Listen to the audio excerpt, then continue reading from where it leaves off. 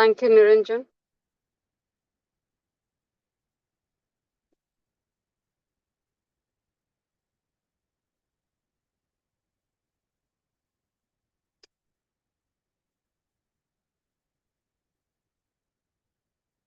So we'll start. Niranjan, should we start? Yeah. Okay. To all speakers, I think we are ready. Yes, I guess so. Yeah.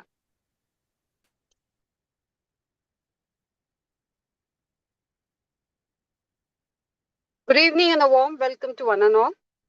It's another one more evening with G20 International One Planet Cabinet. And so every week, week after week, Sunday after Sunday, we have been discussing about uh, SDG goals, basically, how to achieve SDG goals, how to control climatic adaptation, climatic global warming, and the climatic adaptation with mitigation and restoration process, everything. So, on this community cause, we are gathered here today on this day to talk about loss and damage. Loss and damage, and it's imperative to act now on mitigation and adaptation to save our planet, the only planet that we have, the planet Earth. So, on this note, please help me to welcome all our community partners, GSFN, Good Vision Seva Trust, Institution of Green Engineers, Amity University, Dubai, Dr. MGR Education and Research Institute, Sri Ramachandra Medical College, and Sri Sairam Institute of Engineering and the institutions, JNN Group of Institutions, Sri Ishwar College of Engineering, the Gracious Foundation, Green Bricket Private India, and Ishwar Engineering College. Welcome all, and with them, may I take the privilege of welcoming our speakers for today. And before that, I would like to introduce the topic for today, that is loss and damage in the context of climatic change. And our presidency for today is that time to act now, to act on mitigation and adaptation to save our planet Earth. So, as we all know, like what is this loss and damage? What are we really talking about? The concept of loss and damage often raises an important moral and ethical considerations. When faced with situations where warm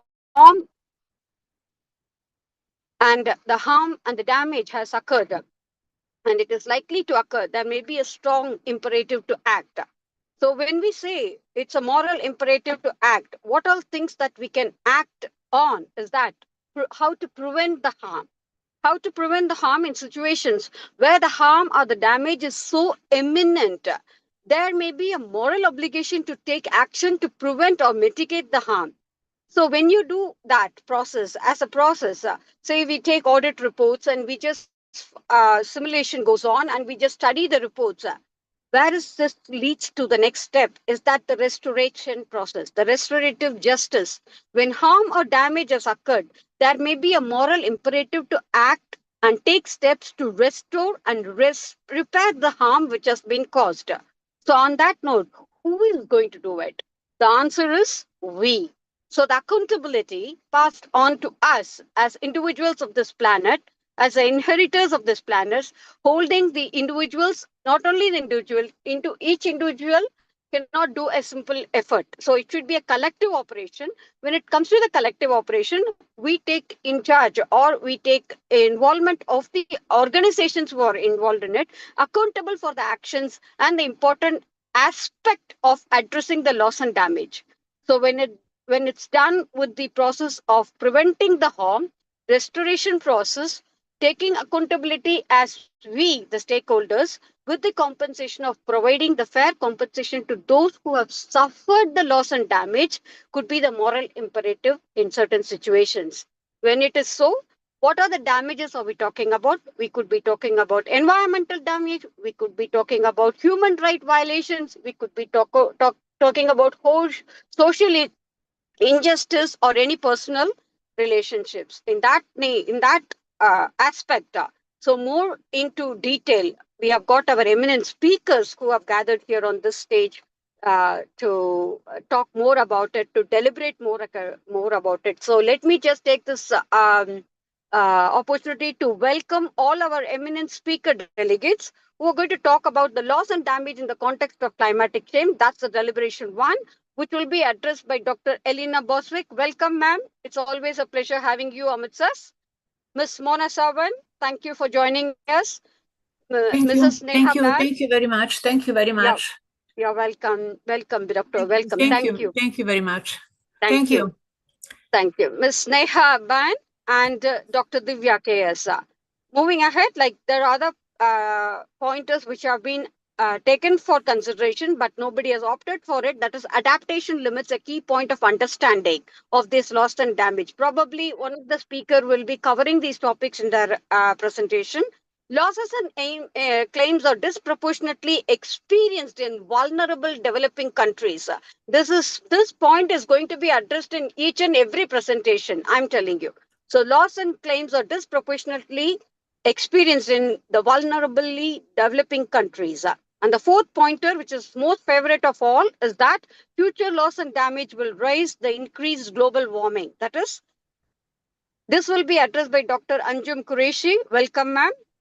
Mr. Nahid Rasa, welcome, sir. Mr. Mohammed Zubair, Dr. Vasanti Reena Williams, welcome, ma'am. Mr. Premnath Babu, and also Dr. K.M. Priya.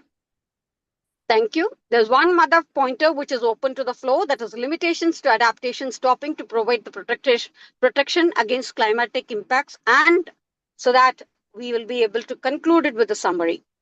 Thank you so much. And also we owe a sincere gratitude to all our patrons here.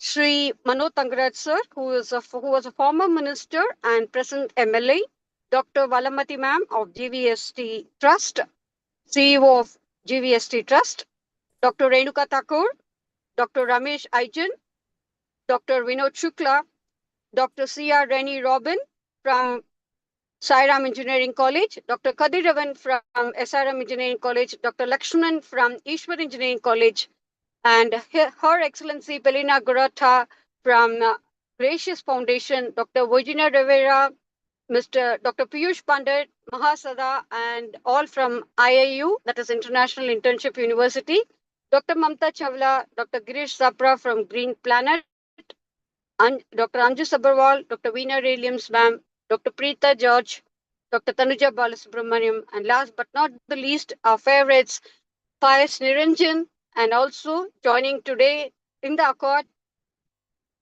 Mridula. Thank you so much. If I've missed anybody, I'm sorry about it. Let's go on to the session. So I would welcome, on this point, I would like to welcome Mridula. Ms. Mridula is joining us as the co-host today. Ms. Mridula? Yes, ma'am. Hello. Yeah, good evening. Yes, Good evening. the floor is all yours, Ms. Mridula. You can introduce yourself and you can introduce the first speaker to take over the charge. So the floor is open, and today's summary. Yeah, I'm sorry. Today, Dr. Kavita ma'am, Dr. Vasanti Reena Williams ma'am, and Dr. Tanuja ma'am will be doing the summary for us. Of course, I'll be doing the overall whenever it's needed. Thank you so much. On that note, we open the forum for our respected, esteemed speaker delegates who have joined us on this platform. With due respects to them, we are opening the floor to them. Thank you. Over to Mridula. Hello, my dear speakers. I am your host today, myself Mridula from Sri Sairam Engineering College, India. Let's welcome our first speaker of the day. I warmly welcome Ms. Mona Saban, a leading expert and international trainer in bridging innovation and professional development. She is globally recognized speaker, IIU Education Ambassador, and a passionate mental health advocate. Her vision for driving transformation in education continues to inspire us all. Today, she will be sharing her insights on how CCFF can support vulnerable nations in reducing both economic and non economic loss and damage caused by climate change. She will also touch on key strategies such as leveraging private sector investments, prioritizing high relevance programs, enhancing community resilience, and the challenges that come with them. Miss Mona, we are truly honored to have you. Please take over and share your insights, ma'am. Thank you. Hello, everyone. But could you please accept my share screen? Yes, Ms. Mona, I think you'll be able to share your screen. No, host disabled participant screen sharing. No, I Aiden can. Niranjan will take care of it and you should be Yes, able to share now. your screen. Now I can share. Yes, I think your screen is loading now. Yes. Is it clear? It's loading, dear. It's still loading. Still load? Okay. You have paused the screen sharing. Is Ms. it appear Mona, right- Is it appear right now? you should maybe you go out and start sharing screen once again. Okay, I will. You exit and you come back again. Maybe you will be able to do it.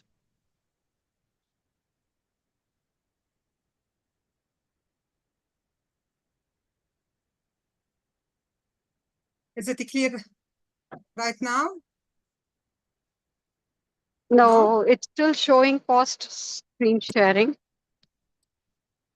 I will transfer to the 5G. Maybe. Try sharing it one more time, please. Okay. Can we take you next? We can go on to, No, you can it's start it. okay. You have started your screen sharing. Your screen is visible now. Yeah, okay.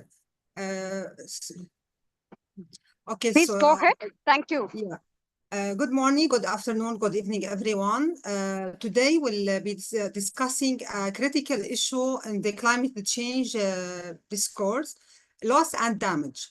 This concept represents the reversible and unavoidable impacts of climate change that go beyond what mitigation and adaptation can address. It's not just an environmental issue, it's a moral imperative, especially for vulnerable communities. So let's dive into what this means and why it demands urgent actions. So loss and damage refers to the severe effects of climate change that occur in a world where mitigation and adaptation efforts fall short. For example, Action Aid defines it as effects that wouldn't happen in a climate-stable world and cannot be adapted to. The United FCCC emphasizes its disproportionate impact on developing countries. Think of coastal villages submerged by rising seas. No seawall can bring back their homes. This is loss and damage. Adaptation has limits. When a farmer's crops repeatedly fail due to the droughts or communities' water sources dry up permanently, they have hit a hard limit. No adaptation strategy can reverse this.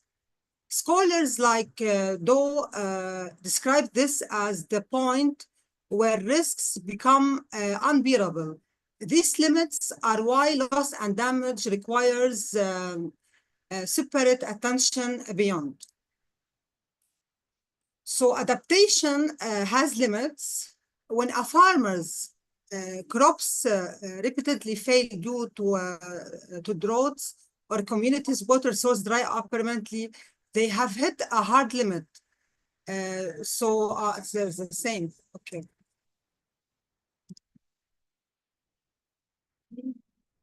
Okay. So the impact of the climate change that people cannot cope with or adapt to Warner and Van Geest 2013, the point at which an actor's objectives cannot be secured from intolerable risk through adaptive actions.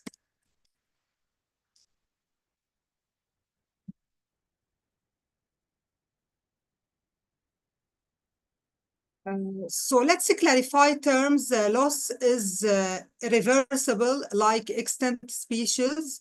Damage is repairable, like a flooded road. Hard limits mean no adaptation is possible. Example, sinking islands, where soft limits reflect lack of resources or technology. Also, some losses are economic, like crops, infrastructures, but others, like cultural traditions, are non-economic yet equally devastating. So economic impacts are tangible. Picture factories destroyed by hurricanes or farmers losing entire harvests. These losses are quantifiable, but often ignore deeper vulnerabilities. For instance, a destroyed road isn't just a cost. It cuts off access to hospitals, schools, compounding the crisis. So here's the problem. Markets cannot measure what matters most. How do you price the loss of ancestral land or traditional knowledge? Morrissey and Oliver Smith argue that market-based tools ignore these invisible losses, leading to inadequate responses. This is why qualitative stories from affected communities are essential. Non-economic losses are the heartbreak of climate change. Lives lost to heat waves, indigenous traditions wiped out, ecosystems collapsing. These defy dollar values. As the slide says, we need new answers. For example, how do we compensate a community for the spiritual loss of a sacred forest? So loss and damage gained the traction in United Nations talks over decades. The Warsaw Mechanism 2013 was a breakthrough. It's formally recognized loss and damage as a pillar of climate action. But the progress is slow. Vulnerable nations are still fighting for compensation, while richer countries resist liability. So to him, he aims to fill gaps like addressing slow onset disasters, example, desertification and non-economic losses, but it's underfunded and lacks enforcement power. For example, its expert group on non-economic losses had limited influence over actual policies. Research across 9 countries revealed stark patterns.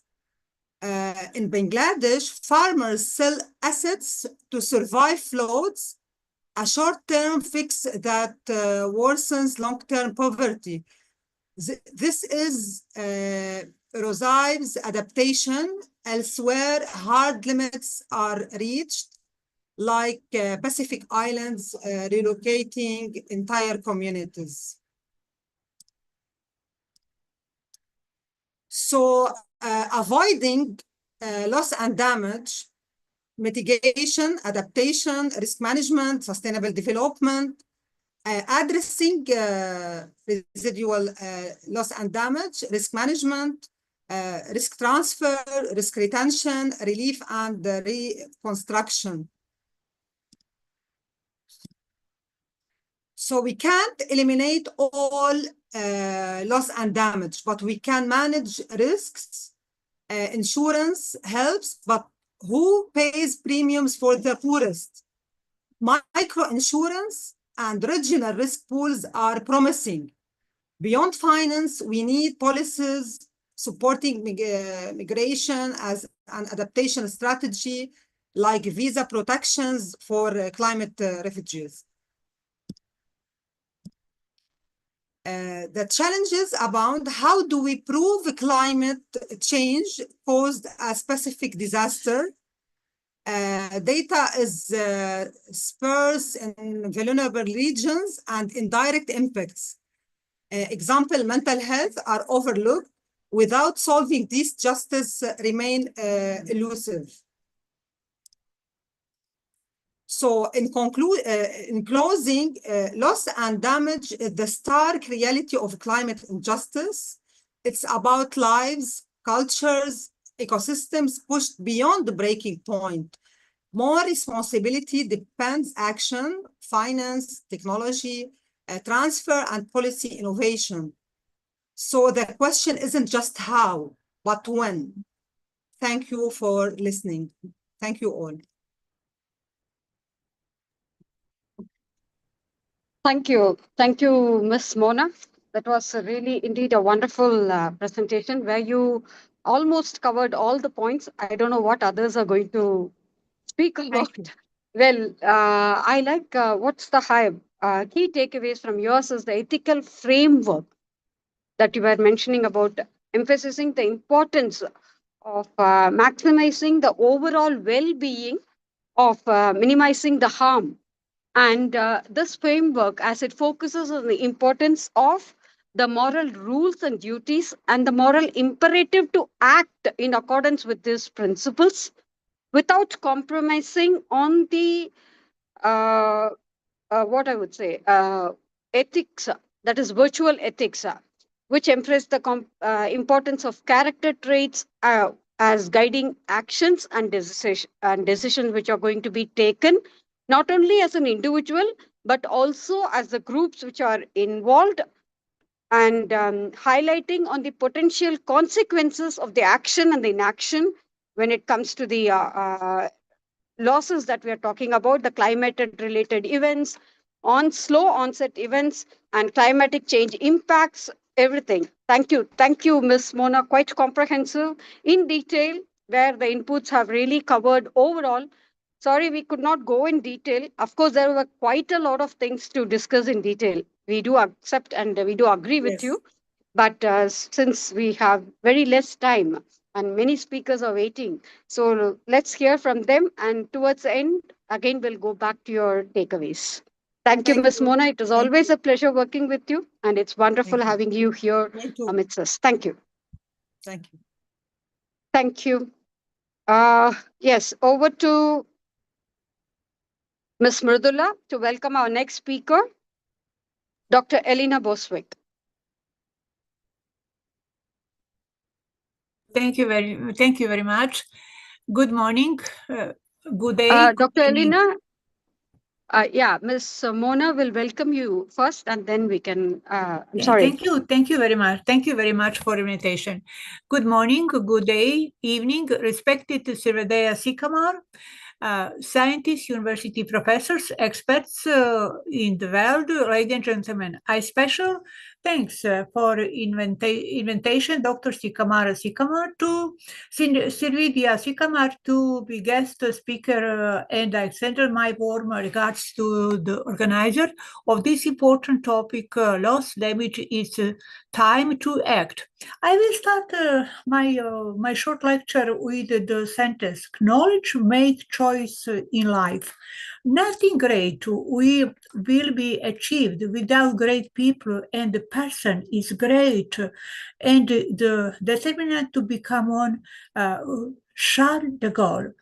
In order to understanding today topic on international conference, multi-transdisciplinary knowledge is needed through teamwork of scientific experts, etc. It is especially important to include doctoral students at universities for this important topic because youth bring new idea. Reason of the natural light by which a person understandings, preserve, understand, comprehend, illuminate the world around him. A scientist and philosopher of science use a natural light of his reason to find out the truth about himself and the world. Knowledge of science will give a better understanding of nature around and use functioning of man, individual environment. On this occasion, I address you all because you understand it. What is science and education? This implies continuous learning and improvement, the adaptation, the ability to apply new knowledge, value acquisition of skills, etc. Individual firmly integrated into society. My topic today, impact of climate change on population health. I speak my lecture without presentation. In the past decades, climate change has been impacting human life and health via extreme weather and climate events and alternation in labor capacity, food security and prevalence, and geographical distribution of infectious diseases across the globe. Climate change and health indicator abbreviation CCHEIs are portable tools designated to capture the complex set-independent interaction through which climate change is affecting human health. Since 2000, fighting a novel subset of CCHEs focusing on climate change impact exposure and volatility indicator has been development renovated and integrated by working group. One on the Lancet Countdown. Lancet is interesting British journal tracking progress on health of and climate change and international collaboration across disciplines that include climate geography, epidemiology, occupational health, and economy. Climate change poses a serious challenge at our health and well-being. The increasing frequency of extreme weather events such as flood, drought, and heat wave, as well as the direct impact of temperature change, have a direct impact on health. At the same time, broader environment changes are affecting the risk of infection diseases, air pollution, and other form exposure. Is very interesting. My lecture is founded project study financing in the Belgrade Metropolitan University.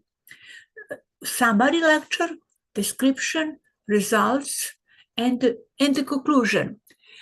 Crucially, in my lecture, environment, human population health, indicators, climate change scenario included and change in distribution of infections, diseases with warming and change in outbreaks associated with weather extreme events.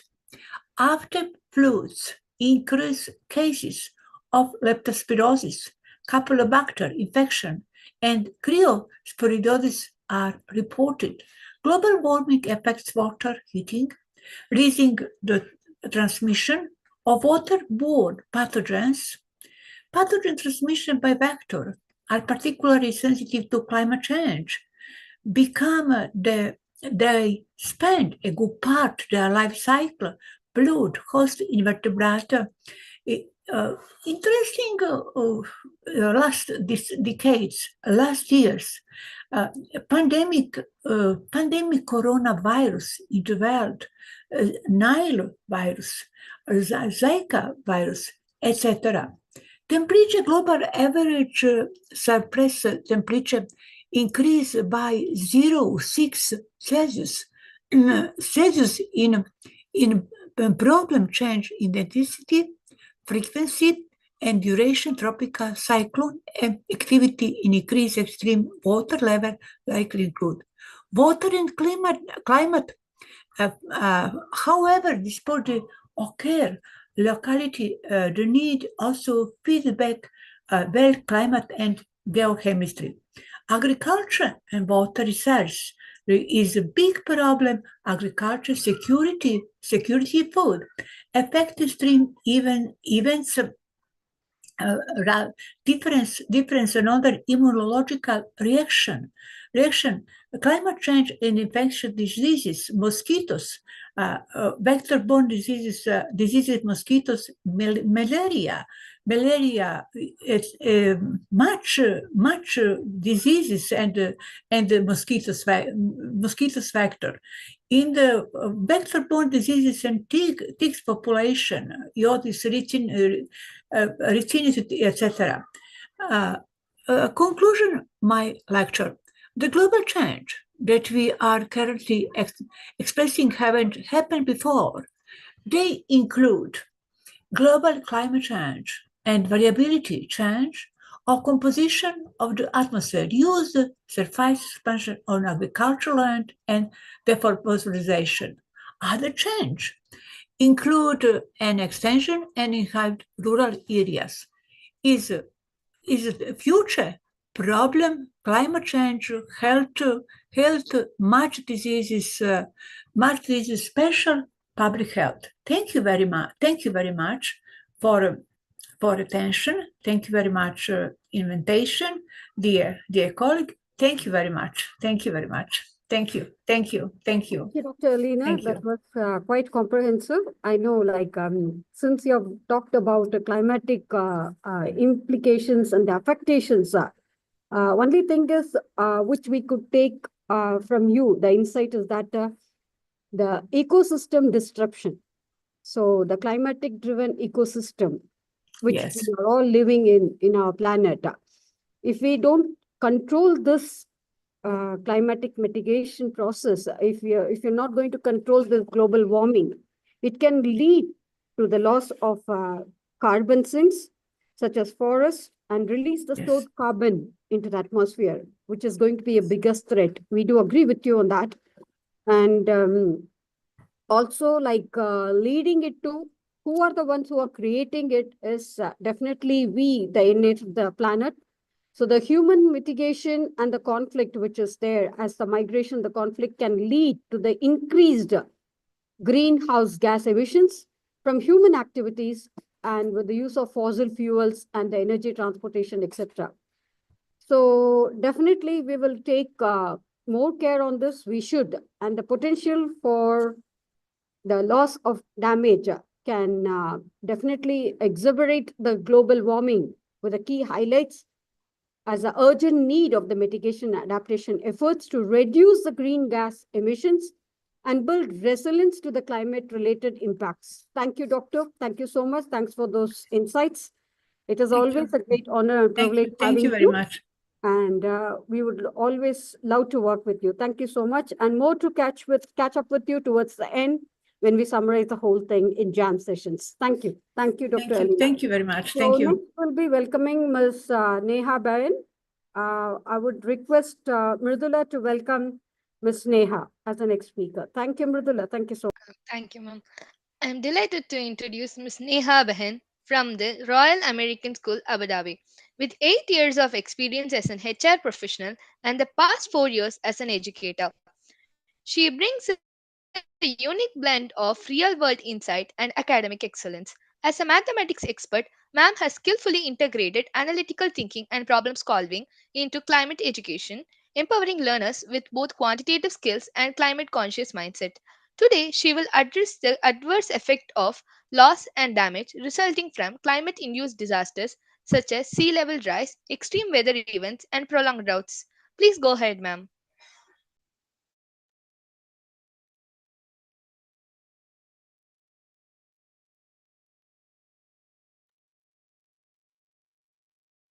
Good evening, everyone.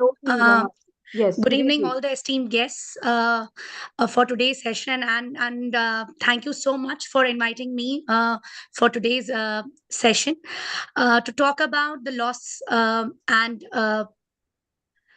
and damage in context of the climate change. As I have already been introduced that I have been working as an HR professional on my technical expertise side, and for the last 4 years, I have been into education. And this climate change or climate action has probably come into my bloods when I have moved into the education industry, working with the younger minds, working with the younger generation, and telling them about the impacts of the climate issues which is prevailing right now, and focusing on that how we can change their mindsets related to this important thing, which is the need of the hour.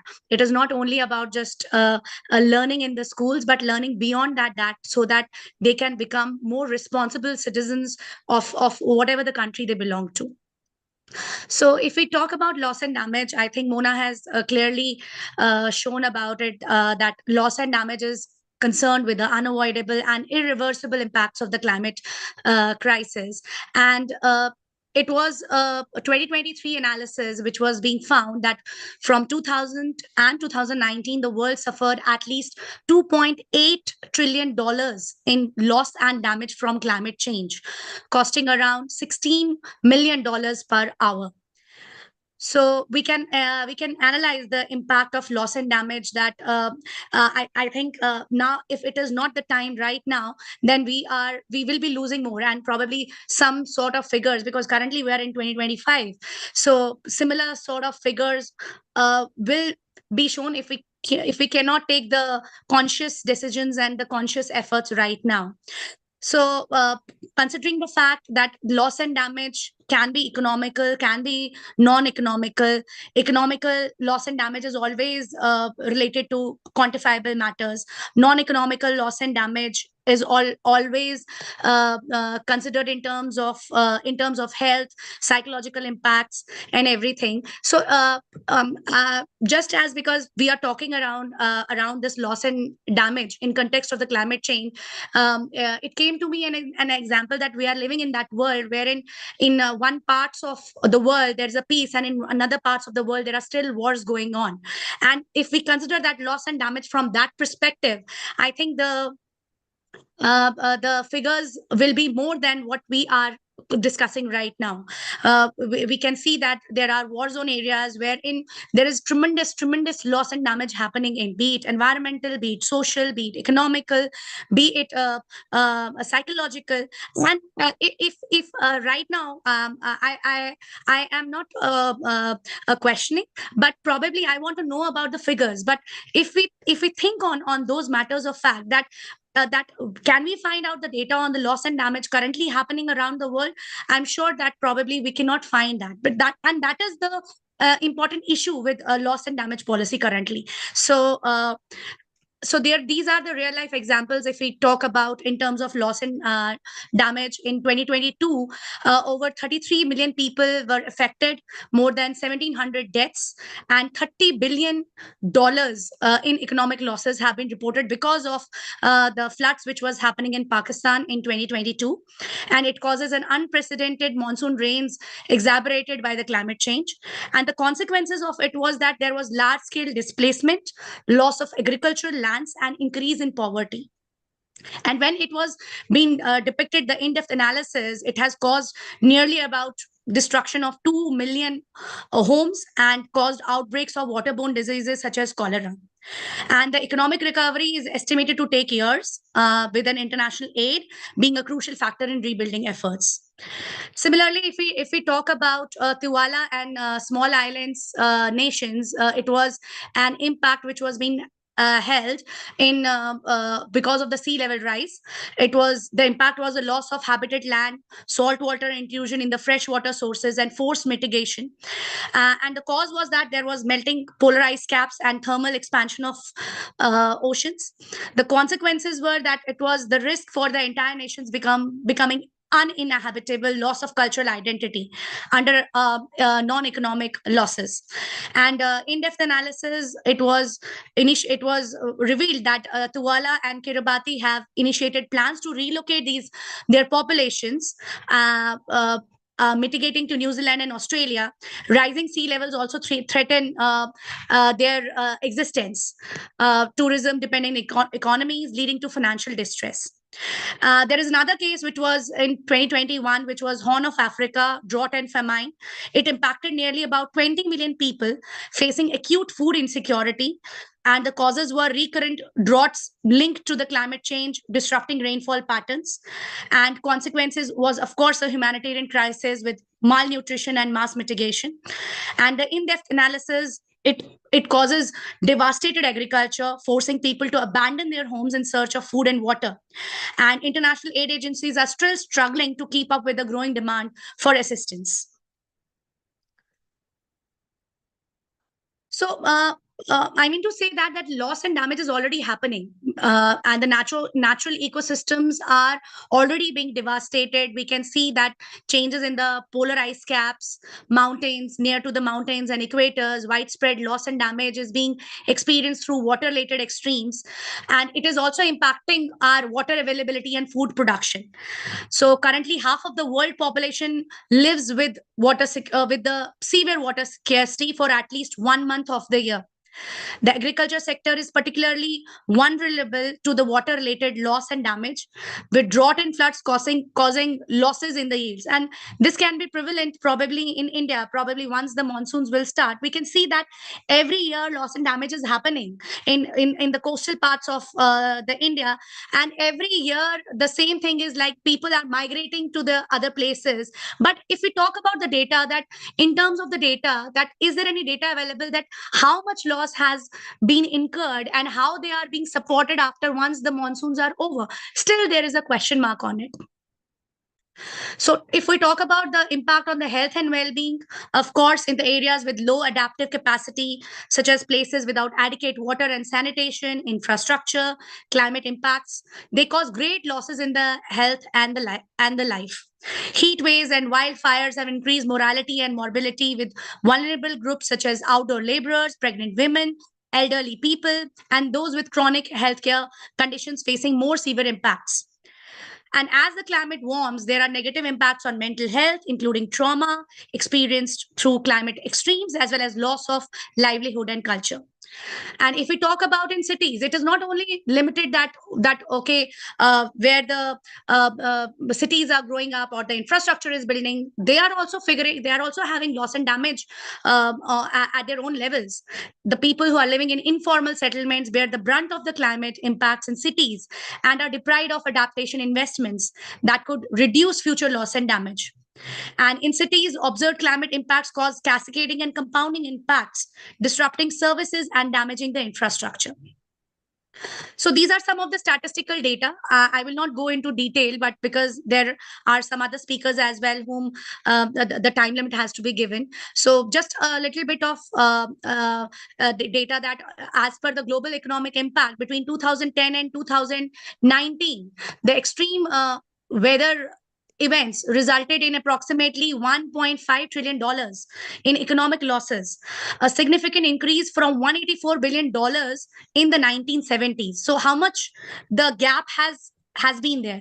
And in European Union from 1980 to 2023, weather and climate related extremes caused asset losses estimated 738 billion euros, with over 162 billion euros, means it was 22% occurring between 2021 and 2023. And in 2022, the climate-related disaster triggered over 3.26 million internal displacements. So the damage has already been happening. It has happened. And there is a risk also to the future loss and damage, which is expected to increase because there is a policy, loss and damage policy, but the amount of work and the amount of analysis that needs to be done is relatively lower at the pace from which it is causing a damage. So if I talk about the key issues for the loss and damage policy, for both economic and non-economic loss and damage, there is no systematic risk assessment. It is very rare. Vulnerable countries, they lack comprehensive data on economic and non-economic loss and damage, hampering effective risk management. There is a need to critically reflect on the measures used to assess the loss and damage as the number of the people affected by droughts, floods, and storms as a percentage of the total population. And per hazard event points to the disproportionate suffering of most vulnerable countries. And financial constraints are key determinants of adaptation limits in human systems, particularly in low income settings.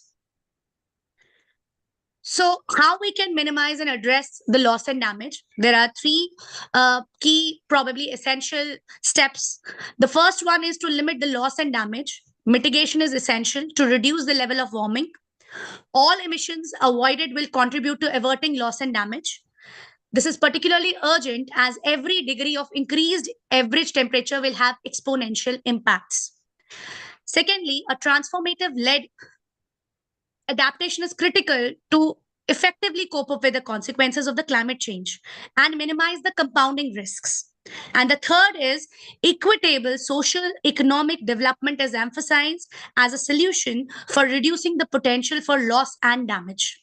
And of course, the support from the international community, which is very essential to pay the cost from both the adaptation and loss and damage. So this is a reference model which has been taken from the UN website, wherein they have indicated the loss and damage indicators which need to be costed. But as of now, the progress in this is limited. COP27 marked a turning point in the climate justice as countries agreed on the creation of the specific loss and damage fund. Measuring costs related to adaptation and loss and damage and determining who should pay for their human induced share is key but complex exercise. Currently, there is no universally accepted framework to quantify these costs and determine fair sharing mechanisms among the nations. So, this is the work where it needs more of analysis, more of research, or more of the work so that a quantifiable effort can be done, that what needs to be done in terms of the loss and damage policies and their implications. I hope everybody got some valuable insights from today's topic, which was assigned to me on loss and damage related to the climate change. Thank you, everyone. Thank you. Thank you so much, Ms. Neha. I think you have covered almost all the point. The key takeaway from you is not highlighting on the causes and the damage that is, we know that displacement, mitigation, loss of life, financial losses, damage to infrastructure, impacts on economic development, highlighting to COP28 and environmental impacts like loss of biodiversity, degradation, ecosystem services, and also some points highlighting on the human well-being and cohesion and cultural heritage. Everything has been taken well noted. Thank you so much. But the key takeaway is the adaptation and the resilience point of it that you highlighted on building resilience to the climate-related events and the processes with the climatic risk management, with managing the climatic risk through early warning systems. That's the key takeaway, ma'am. Early warning systems, emergency preparedness, and the responses involved with the loss and damage finances which are involved in it, providing support to the financial and address the loss and damage. International cooperation, which is a key note that has to be taken into consideration in terms of sharing best practices, awareness campaign, extending supports, funding, etc., etc. Thank you so much. It was wonderful. So may I request Mridula to welcome the next speaker. Thank you, Ms. Neha. Thank you. Thank you, ma'am. It is my honor to introduce Dr. K.S. Divya. Starting her academic journey in 2009, through years of dedication and hard work, she now serves as the Deputy Dean at Dr. MGR Educational and Research Institute. Now, ma'am will be addressing the crucial role of loss and damage in climate action, along with the financial and social responsibility requirements involved. Dr. Divya, we now invite you to take over and share your valuable insights, ma'am. Please, ma'am. Hi, thanks for introducing me, Maratula. Just a second, I'll just share my PPT. Is it sharing?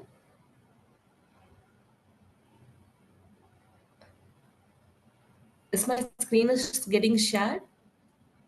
Yes, ma'am. You can continue. Okay, fine. So, good evening, everyone. Today I'll be presenting on the topic that's gaining a lot of global attention, loss and damage in the context of climate change.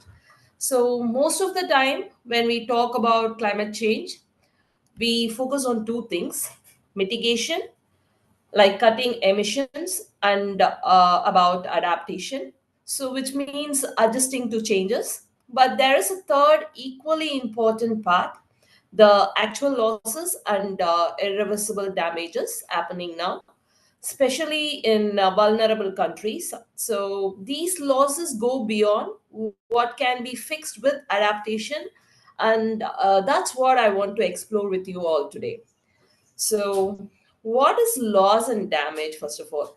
The loss and damage refers to the impact of climate change that are either already happening or or unavoidable, no matter how much we reduce emission or try to adapt.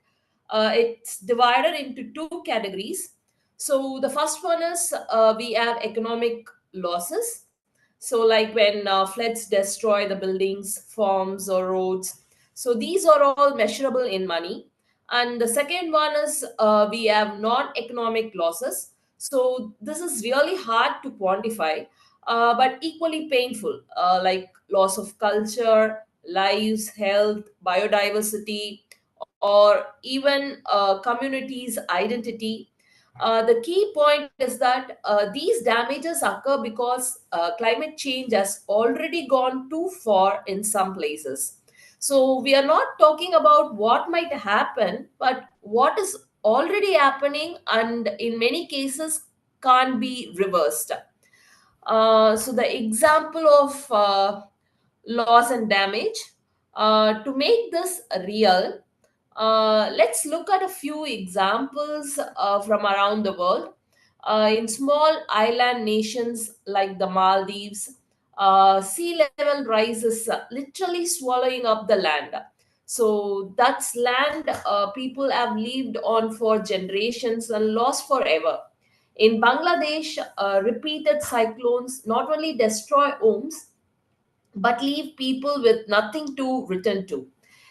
In Africa, prolonged droughts are killing crops, livestock, and entire ways of life.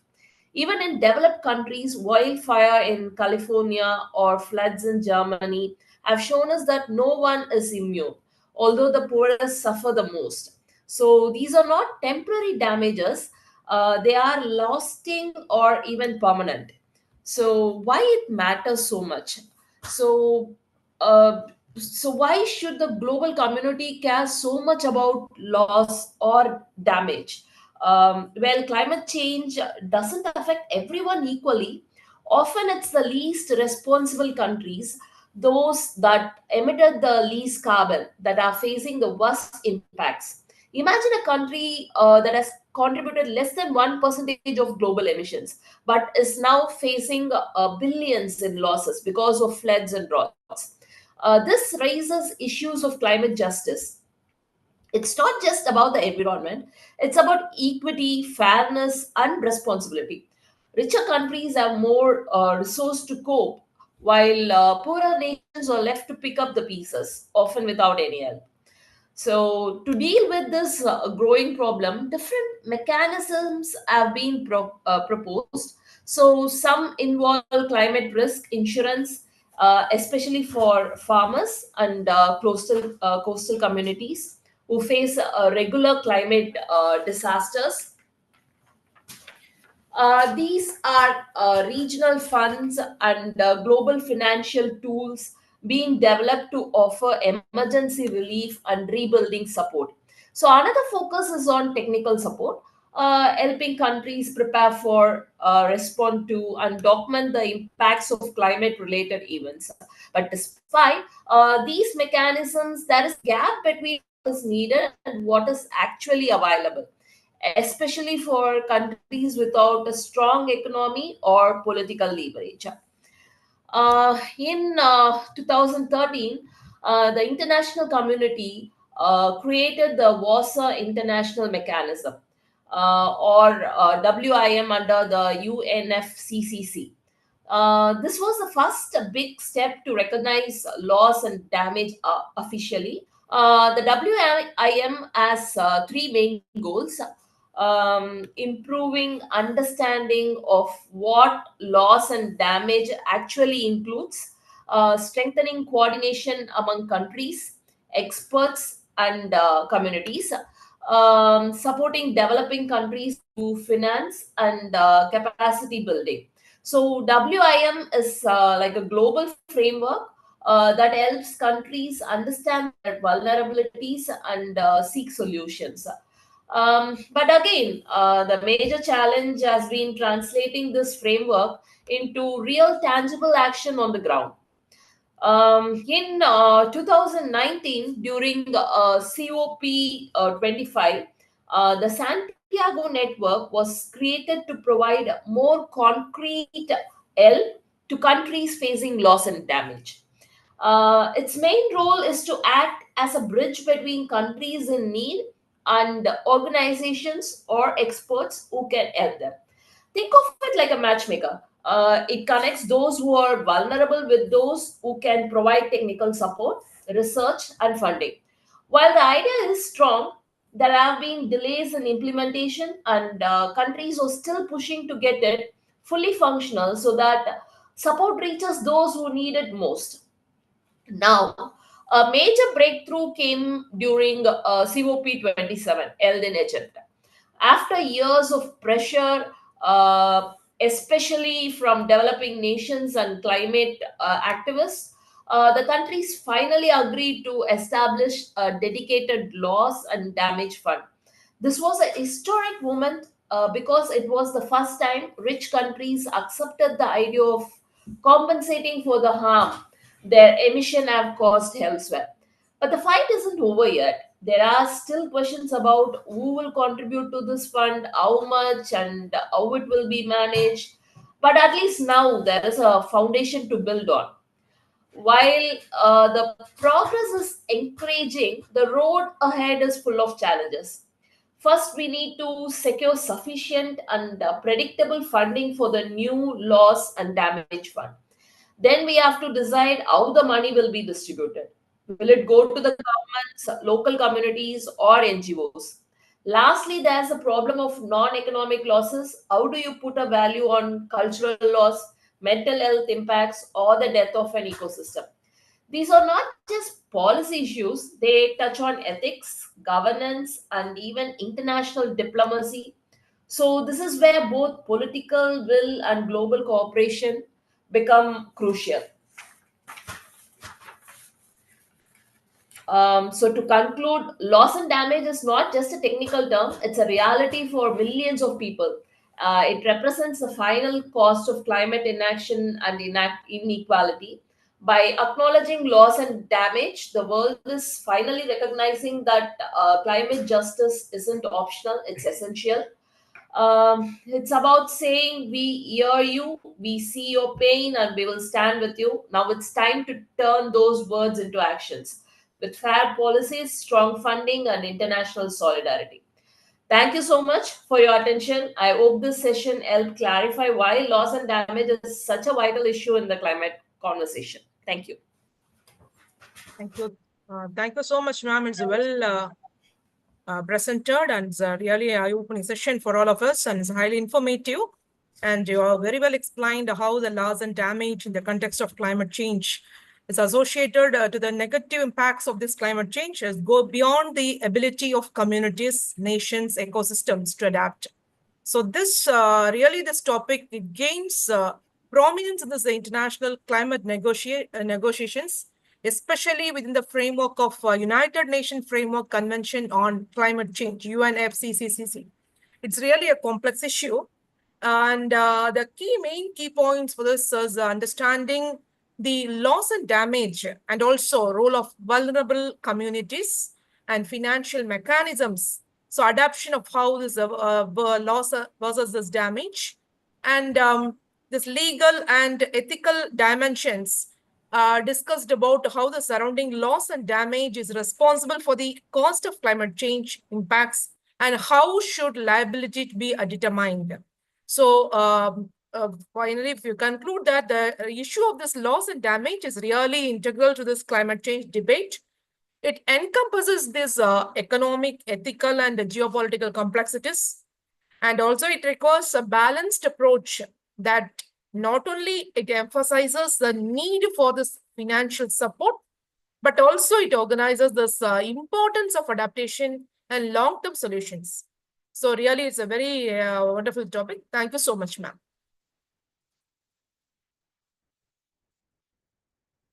Over to Mridula, ma'am. Thank you, ma'am. We are pleased to welcome Dr. Anjum Nazir Qureshi from Rajiv Gandhi College of Engineering, Research and Technology, Chandrapur, India.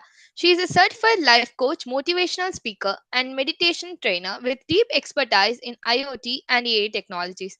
With over 20 research papers, 4 patents, 52 articles, and 9 chapters to her name, Dr. Qureshi has shared her insights as a speaker and trainer at more than 400 events, reaching nearly 500,000 people.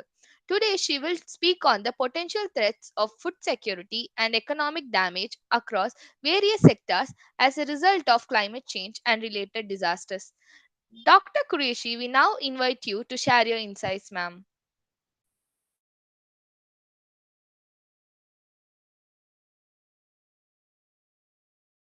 Ma'am, you are muted.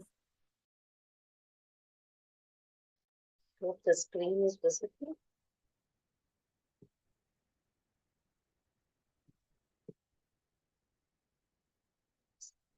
So, Dr. Anjali Qureshi, topic today, the future laws and damages that will rise with increased global warming. So we know that the loss and damage is already happening, and the natural systems are hard, nearing hard limits, particularly at the poles, the mountains, and equators. So widespread losses and damage is being experienced to water-related extremes, including droughts or floods that damage agricultural yields and cause losses to health. But there are risks for the future losses and the damage which are expected to increase in the near and midterm. So with the increased global warming, loss and damage increases and becomes increasingly difficult to avoid while remaining strongly concentrated and the poorest vulnerable population. Here, global warming is causing changes. So when we are talking about like already human-induced global warming of 1.1 degrees Celsius that has caused changes to the Earth's climate. So already with 1.1 degrees of global temperature rise, the changes to the climate system that are unparalleled over centuries to millennium are now occurring in every region of the world. From rising sea levels to more extreme weather events to rapidly disappearing sea ice. And additional warming will increase the magnitude of these changes, and every 0.5 degree of centigrade of global temperature rise, for example, will cause clearly discernible increases in the frequency and severity of heat extremes, heavy rainfall events, and regional droughts. Similarly, heat waves that on average, it was once every 10 years in climate with little human influence will likely occur 4.1 times more frequently, 2 degrees and 9.4 times with 4 degrees. And if this warming reaches somewhere between 2 degrees and 3 degrees, the areas like the Western Antarctica and Greenland ice, they will melt, the sheets will start melting and almost completely and irreversibly over many thousands of years, causing sea levels to rise by several meters. Now, the climate change has slowed down improvements in agricultural productivity in the middle and the low latitudes, with crop productivity shrinking by third in Africa.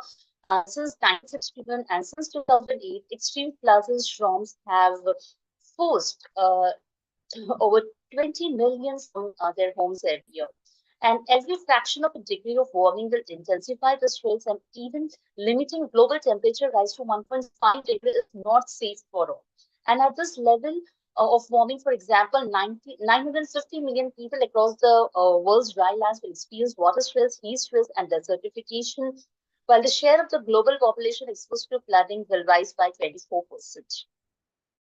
About how the GHG emissions, yes, it is expected that we should be reducing GHG emissions. So the IPCC finds that there is more than 50% chance that the global temperature rise. Yeah, the global temperature rise will increase, And between 2021 and 2040, across studied scenarios and under a high emissions pathway, physically the world may hit the threshold even sooner if we don't conclude this, and it will happen even before 2037. And changing course will limit global warming to 1.5 degrees with no or limited overshoot will instead require deep GHG reductions in the near term. So if we try to just list that we are having, I will, because we don't have much time, so I would like to just list down the risks. So the first one is the low-lying coastal region. So there are severe risks to low-lying coastal coast involving irreversible long-term loss of land, critical ecosystem, livelihoods, well-being, or culture from increasing combined drivers, including climate hazards as well as exposure and vulnerability. So with the population change in the low-lying cities and settlements, a billion people are projected to be at risk from the coastal specific climatic hazards under all warming scenarios in the midterm. So within the century, the habitability of many coastal communities in developing and developed countries will be endangered by high warming, continued coastal development, and low adaptation levels. So as they reach soft and hard limits to adaptation, coastal communities will experience multiple forms of loss and damage. The second is regarding the terrestrial and the marine ecosystem. With the substantial loss of the biodiversity is likely to, even with low warming levels, that will have severe impacts on livelihood, infrastructure, and ecosystem services. There will be certain ecosystem ecological changes that are actually increasing in frequency, leading to biodiversity loss. The third risk is critical infrastructure and networks. So direct loss and damage to critical infrastructure and networks is projected to be very high. So indirect loss and damage to this infrastructure and networks will be severe in many contexts under high warming models, and there will be no additional adaptation. So the projected risk for damage to transport and energy infrastructure is expected to grow. And while there are projected losses to resources for electricity generation, there is also a high potential for adaptation and mitigation in the energy sector. The fourth risk lies with the living standards. So the economic losses are expected to be severe globally and regionally, where there is high warming and minimal adaptation. So by 2050, economic losses in sub-Saharan Africa may be up to 80% of the GDP. The potential risk from climate change to poverty rates may become severe. In South Asia alone, 35.7 million people could be pushed to extreme poverty by 2030, and Sub-Saharan Africa, 39.97 million people could fall into extreme poverty before the end of the decade.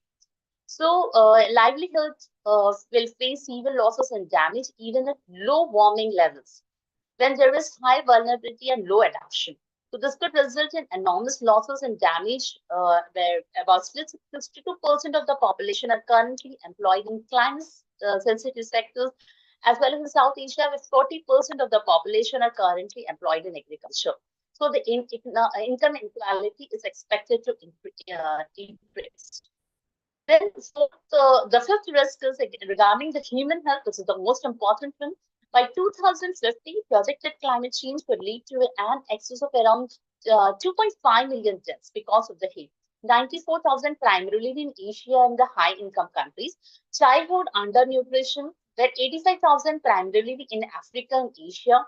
Due to malaria, 33,000 mainly in Africa. And diarrheal diseases, 33,000 primarily in Asia and Africa. And the global population will be exposed to deadly health risks, would rise from the current 30% to 48 to 74% at the end of the century. And under high warming scenarios, the risk of vector-borne diseases will be severe, especially for the children and in the sensitive regions. The risk for waterborne diseases will be very severe, particularly for the children in the lower and the middle income countries. The vulnerability is going to be very, very high. The sixth risk is regarding the food security. The loss and damage to food security and food systems from climate change is wide-ranging, from impacts on food production to weather extremes disrupting food supply chains. Nearly 200 million additional people will be expected to become undernourished by 2030. The decreases in the quality of food because of micronutrient deficiency will be a severe risk without adaptation, with increased carbon dioxide levels. In general, climate change impacts on food quality and availability are expected to result in approximately 54 deaths per million people under 2 degrees centigrade warming by 2050, primarily in South and East Asia. Projected decreases in the quantity of food from impacts on agriculture due to changes in water availability will be also very severe. In the fishing sector, climatic justice issue will emerge as a higher or latitude countries with higher GHG emissions will likely benefit from the poleward migrating resources from poor and low GHG emitting tropical countries. The seventh is the water security. The 2 degrees centigrade of global warming, the number of people with chronic water scarcity is likely to increase from 800 million to 3 billion and up to 4 billion for 4 degrees centigrade of global warming. So starting at 3 degrees centigrade, water management measures are expected to reach high limits, resulting in decreased water quality and availability, as well as negative impacts on health and well-being, economic losses in water and energy-dependent sectors, and potential migration of communities. From health impacts alone, flood risk is anticipated to result in an additional 48,000 deaths of children under 15 because of diarrhea by 2030, particularly in the sub-Saharan Africa. The changes in water can lead to a loss of community cultures, including loss of areas of ice or snow with spiritual meanings, loss of cultural importance, places of access to such areas, and loss of cultural importance subsistence practices. The eighth and the last risk is the peace. So it is very important because risk to peace will increase with warming, particularly in communities with low resilience to climate risk. With 4 degrees centigrade warming levels, it is predicted that this will have severe and widespread effects on armed conflict under current societal conditions. So mobility-related risks will increase with warming, particularly for densely populated hazard-prone regions, small islands, and low-lying coastal zones, and where populations have limited coping capacities. For instance, global levels of food displacements are estimated to increase by 50% with every 1 degree centigrade of warming. So without sufficient adaptation, even moderate sea level rise will increase involuntary migration and displacement from small islands and densely populated low-lying coastal areas. So with this, I come to the conclusion that reduced loss and damage arising from the climate crisis is an urgent global challenge. It requires commitment for action at all levels, from communities to cities, allied nations, and at the global level. So the observed loss and damage and risk of future losses and damage must be translated into actions to avert and minimize and address loss and damage and create a pathway towards transformative climate resilience. So thank you very much. Thank you, Anju ma'am. That was a wonderful presentation indeed. I would like to hear from Kavita ma'am first, and then I will take over. Yeah. Yes, Kavita ma'am. Thank you. Thank you, ma'am. Thank you, Kreshi ma'am. It's really a wonderful presentation. And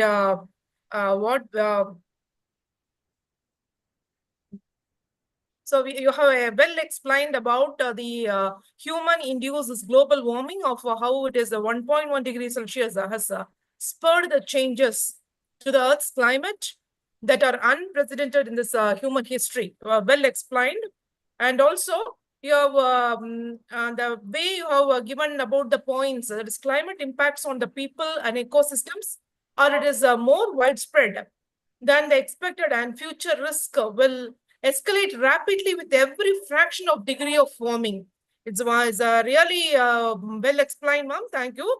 And also the points you have given as how this 2 degrees Celsius of this global warming, this number of people have with a chronic water scarcity, they are likely to increase as 800 million to 3 billion. And this 4 billion for 4 degrees Celsius global warming. So really, it's a wonderful explanation about this global warming. And one more thing I want to express is the last point is the reducing loss and damage arising from the climate crisis on urgent global challenge, requiring this commitment to action for all the levels, from communities to cities, and the national and global level. Thank you so much, ma'am. It's a wonderful presentation. Thank you, ma'am. Thank you so much. Thank you, Kavita ma'am. Anjum Qureshi ma'am, you have just nailed it. I would say that. Because as we are talking about the feedbacks that you have got, the 3 major points is in the whole summary, the thawing permafrost, that is what is called. That is, as the permafrost thaws, it releases methane in the air. That's a very big risk that we need to highlight. And definitely you have neared that point with the potent greenhouse gas emission, which accelerates global warming. And when it comes to the Arctic zones amplification, when the ice melts, it reduces the Earth's albedo, definitely, allowing more solar radiation to be absorbed. And this also amplifies the global warming. And last but not the least, the crystallization process, when the water vapor feedback, as the temperature rises, more water evaporates and leading to the increased atmospheric water vapor, which traps the heat and accelerates the global warming. And not missing in the count or not missing in the note that the cascading effects of ecosystem disruption and the tipping points of the melting glaciers and the ice sheets and the coral reefs, and which can trigger the abrupt, irreversible changes and accelerate the global warming.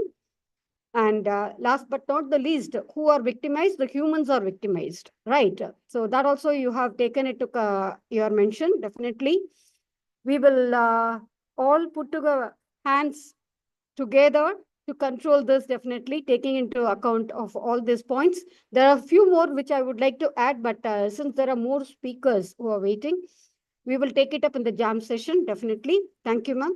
Commendable effort. Thank you. Thank you so much. You have covered almost all the points. Thank you. Thank you, ma'am. Over to Ms. Mridula to welcome the next speaker.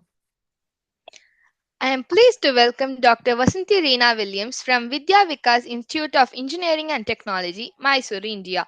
With a distinguished career in academia, research, and administration spanning over 3 decades, she has made remarkable contributions to the field of education and leadership. A recipient of several prestigious honors, including the NIPM National HR Excellence Award finalist and Best Management Education Leadership Award, she brings both depth and experience to today's discussion. Now she will address the negative impacts of climate change, focusing on its far reaching effects on key macro factors such as the economy, society, businesses, and industry. Dr. Vasanthi, the virtual stage is yours, ma'am. Very good evening. I hope my screen is visible. Yes, it is, ma'am. Yeah. Thank you, Mridula, for your kind words. And my study is trying to attempt to explore the loss and damage negative. All the speakers have already spoken about the effects of the loss and damage that is happening, and how it is a moral responsibility on all of us to ensure that we mitigate this to a great I'm not able to see my slide to change it. I think it is changing, ma'am. Is it changing? It is changing, actually. Maybe you'll have to... Yes, now it's changing. Now I it's can see. changing. Yeah. Yeah. So basically, I would like to take it forward this way. After listening to what most of the speakers have spoken now, I am taking a different stand now. I will not take it directly this way, but probably through storytelling. So I'm taking a protagonist, Vijay, a farmer in a village in Karnataka, and the village is situated in the banks of River Kaveri. And this village is very close to Mysore because I said River Kaveri, so it's a place called Mandya. And this place is basically where rice is grown it's the rice basin.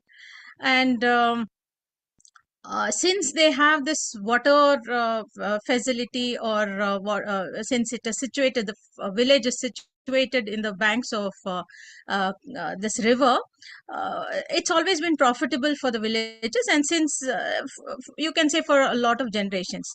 And Vijay is growing paddy, sugarcane, and he also has a mango farm. This is generally what people there grow.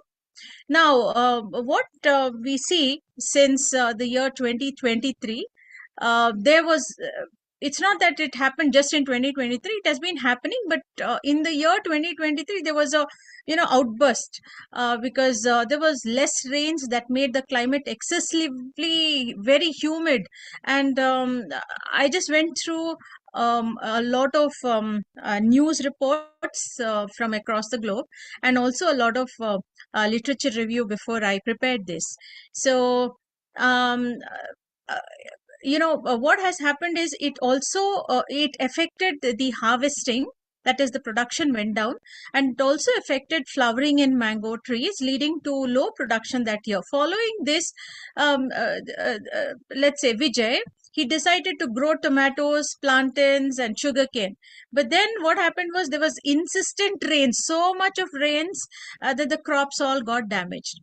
Now, why I thought of Vijay or this protagonist is because we were talking, I was listening to the other speakers, and all of them were really focusing on areas where it is affecting people, and how climate mitigation is the change in climate is affecting people basically in the coastal areas, but it is also affecting people in the inland areas as well. So this is what I'm looking. You can see this. I'm talking about farmer crisis. So it is not only Vijay, but majority of the inmates of this village who are facing this. And as I understand, because we have students who stay in these villages, who come and seek education, the farmers do not want their children to take up farming. They want them to.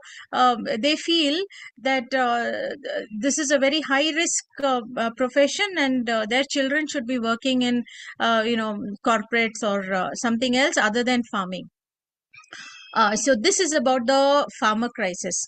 Now, coming to the soil erosion, say around 4 years ago, just during this the end of the pandemic, at that time, I had done a study on I had done a study on it was just almost the end of the pandemic, lockdown period. So I did a study on understanding the mindset of farmers towards the modern and traditional farming. That was because I observed that more and more people across the globe were becoming more health conscious, maybe because of the mass number of deaths that we were witnessing on television and so on. So and people were thinking of more focused on health. I observed yoga. I observed organic food, home cooked food, salads, that kind of food, and the intermittent fasting. All these things, it started progressing more after the pandemic. So keeping that as a cue, I took that study, and I was assisted by one of my students who also stays. So I chose a village that had close proximity to Mysore city, because Mysore is a semi-urban place, I can say, but still it has a lot of connect to Bangalore, which is the capital of Karnataka state, and a lot of technology, awareness about technology is present. So I chose respondents who were staying in the border area, so that I presume that they have a connect and they have awareness about technology and so on. So the objective was to ensure that was my main objective. Okay, that they had awareness. So being in touch with the mainstream, the objective was whether they are using following organic farming practices and or not. So this was what I tried to follow up. And now, coming to the findings, majority of the farmers were of the opinion that traditional farming is the best. But then, they said that due to these unseasonal rains and the shifting of weather patterns, now before I take it further, I need to mention here, because we have people from other than India, the farmers in India follow a traditional calendar. It is called the Panchangam, the Indian almanac, you can say. Okay, so this Panchangam or the Indian almanac contains dates and when it rains, dates on which you'll have an eclipse and so on, even the auspicious days, all that will be mentioned in the almanac. So they usually follow this, the farmers usually follow this almanac to identify which day is, when it is going to rain, because usually those dates are very, very precise, and it almost happens on the same date. They were, according to the study, the response that I received, they were saying that there's a mismatch happening there. And some crops require to you need to sow as soon as the first rains come, within 3 days of the rains, and they have some calculations like that. And they say that because of this mismatch, they have to they don't they are it is unprepared they are unprepared, and then they have to rely on the modern systems of tilling and all that, even chemicals also to be used for growing crops, so that they get proper harvest. And they're saying that this is helping, not at all helping them sustain that land. They're saying that even labor is not available when they need it immediately, because earlier people would be prepared, and they know next month this time this is going to happen, so this is what they would do. But now they're not they're mentioning that both using tillers is not good for the soil, and also chemicals. They mentioned that the quality of soil is not rich, and they have to continue using chemicals to ensure a good harvest. So that is about the soil erosion happening.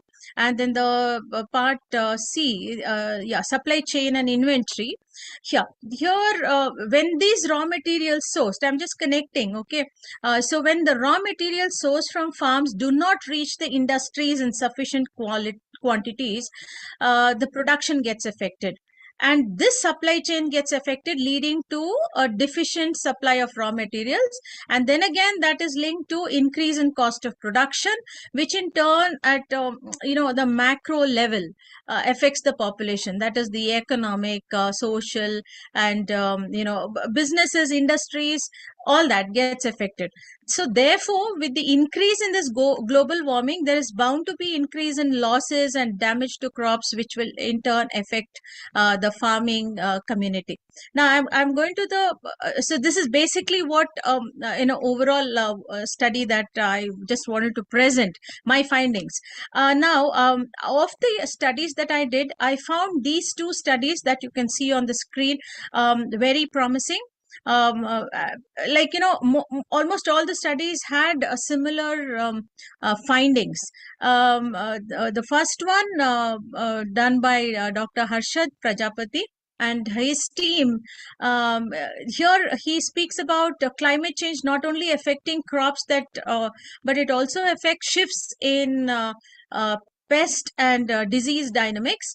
And he suggested strategies by researchers which include crop diversification, water management, so on.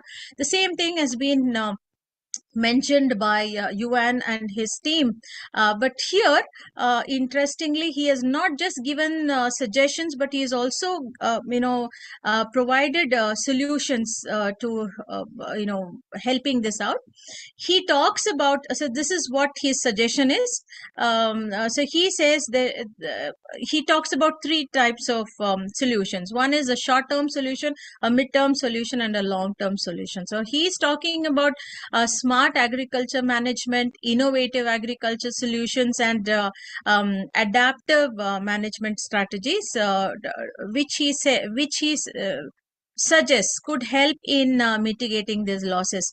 And see, these are some of the images that you can see about the unseasonal rains and shifting weather patterns that is affecting farmers, and which directly or indirectly affects us also, not only the farmers, but it affects us. As I mentioned, macro level, it affects. And so not only because of insistent rains, but even because of humidity, it affects crops.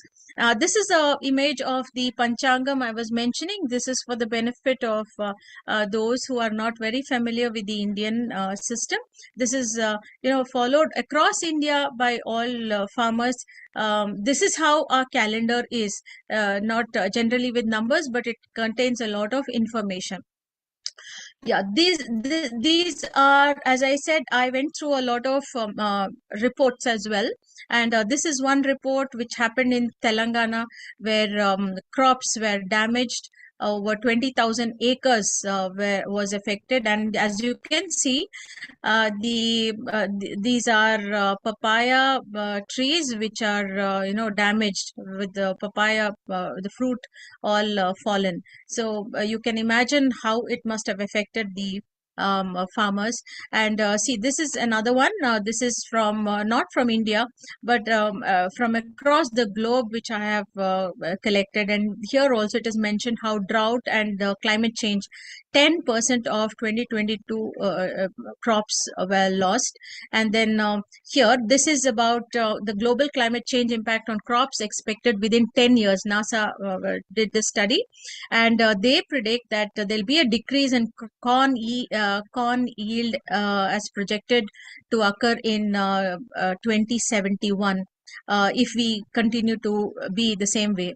And southern Brazil's farmer on the front line of climate crisis also speak about the same thing. So these are the references that I used, the important references that I used, but I thought I should put across to you.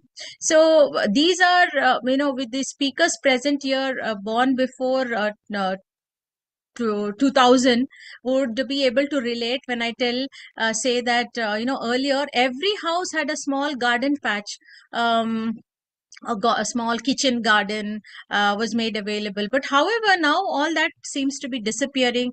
Everybody wants a house which has more spacious rooms leading to cemented areas around the house. So those interested in gardening keep potted plants, but you don't find plants and trees around, which is another reason. Children are unaware about how fruits are grown, crops are harvested, except in movies or through videos. So when that change is happening, just discussions might not suffice. I think it is a serious concern where each one of us have to put in our bit to save the planet for our future generations. Thank you so much for your time. Thank you for the platform provided and patient listening. Thank you so much. Thank you, Vasanthi Reena Williams. You have really Thank taken you. us way behind. And definitely these are very much required for people to know. And I would request you to stop sharing your screen. Yes, Thank you, yes, ma'am. Thank yes. you. So I will follow Kavita, ma'am. Kavita, ma'am, your inputs, please. Thank you, ma'am. Vasanthi, ma'am, you have given a very, very good insights on this topic. As well said, about the farmer crisis. That is, even though the farmers, they doesn't like their children to be to work in the farm, and they want to have this white collar jobs. It's well said. And also about the soil erosion, and also the micro factors about economic, social, for society, business, industries, and legal and cultural issues you have discussed is well presented, ma'am. And also, you have clearly given about how the three solutions, the long-term, short-term, and about all the solutions taken for this to solve these issues. And moreover, if you take the loss and damage, it causes this adverse impacts of this climate change that cannot be avoided through this mitigation or adaptation. So it includes both this economic losses, that is a destruction of this infrastructure, and also this non-economic losses, that is losses of lives, cultures, and biodiversity, especially affecting the vulnerable communities in developing the countries. And also, if you take this moral imperative, the issue of this loss and damage is not only a matter of climate justice, but it is also a moral obligation. Whether the nations they must have this historically contributed to most of this greenhouse gas emissions. It takes a great responsibility to support those who suffer the consequences, and we have to take care of this also. And the main key consideration is climate justice and financial support and global solidarity. So coming to the conclusion, we can conclude that is addressing this loss and damage. It is a moral imperative rooted in the principles of equality, justice, and responsibility. And urgent and sustained action is also needed to support the affected communities and to uphold the ethical foundation of this global climate efforts. Moreover, the explanation is given, there is unseasonal rain and shifting weather patterns also made the loss of nearly 20,000 damage of this papaya. And so it's a pathetic condition. So everyone must take serious action to save our Mother Earth. Thank you, ma'am. Thank you, Kavita ma'am. Well said and well summarized as such. Yes, Vasanthi Reena William ma'am, your perspective of addressing the climate change has really created a different domain, or different way that we look at things. In the sense, like, allow me to quote from Environmental Health Sciences, Ziska, an associate professor. What he had mentioned about this thing is that it is important to recognize the importance of agriculture on public health, from pesticide to the usage of water quality. And it is almost certainly going to be exacerbated with the climatic change. So, as you have rightly mentioned, the climatic change has a very broad-ranging impacts on agricultural practices, increasing the water use and the scarcity. It's paradoxical, but it is true. Increasing the water use, and also it increases the water scarcity as well, because the gases like nitrous oxide and methane emissions are really getting vulnerable day by day, which is leading to soil degradation, as you rightly mentioned, and nitrogen and phosphorus pollution, pest pressure, pesticide pollution, and biodiversity loss. All these are catering, or the catalysts which are coming from different points. As such, and as you know, the climatic agriculture feedback and the pathways could dramatically increase agricultural greenhouse emissions. And without changes in agriculture, this feedback, which we are stressing on this point today with Vasanthi Reena William Manva, cannot be possible. It's going to be nearly impossible to achieve the Paris Agreement goal of limiting the global warming to 1.5 degrees centigrade Celsius to 2 degrees. Like it's just going to be really not achievable at all. So to make it achievable, as ma'am has requested, she didn't even, she has quoted it with the genuine request there. The existing sustainable agricultural practices and technologies, or if they are implemented not only in one part of the country or not only in one corner of the world, let it be implemented worldwide in a wide scale, which will reduce this agricultural emissions and prevent a feedback loop on developing. So definitely to achieve this, we are left at the mercies of governments and the policy makers and the policy changes, the trailblazers, and must work to remove the social economic barriers and make climate resilient solutions accessible to all farmers and food producers. So along with Vasanthi Reena William ma'am, we also place this request on record today on this platform through G20 International One Planet Cabinet. Thank you, ma'am. Thank you so much. Thank you. Thank you so much. Thank you so much. Yeah, welcome, ma'am. It was really a wonderful presentation. Awesome indeed. Okay, may I request Ms. Mridula to welcome Mr. Zubair? Mr. Zubair has joined in late because he has got some internet issues there, and he wants to leave fast as well. So we are skipping the order. I'm sorry. My due apologies to Premnath sir, and also the other speakers who are lined up, Purna, Shri, and Priya ma'am. With due apologies to everyone, please, may we request Mr. Mohammed Zubair. I am delighted to introduce Mr. Mohammad Zubair, a lecturer in botany at Government Postgraduate College, Banu, Pakistan. Along his academic role, he is an active social activist, contributing to organizations such as Million Smiles, Youth Forum for Pakistan, and Bargat. He has represented his voices in numerous national and international conferences as both a speaker and a climate advocate. With a deep passion for environment conservation and climate action, Mr. Zubair will now speak on the impact of global warming across key sectors including agriculture, infrastructure, and human health. Mr. Zubair, please proceed with your presentation, sir.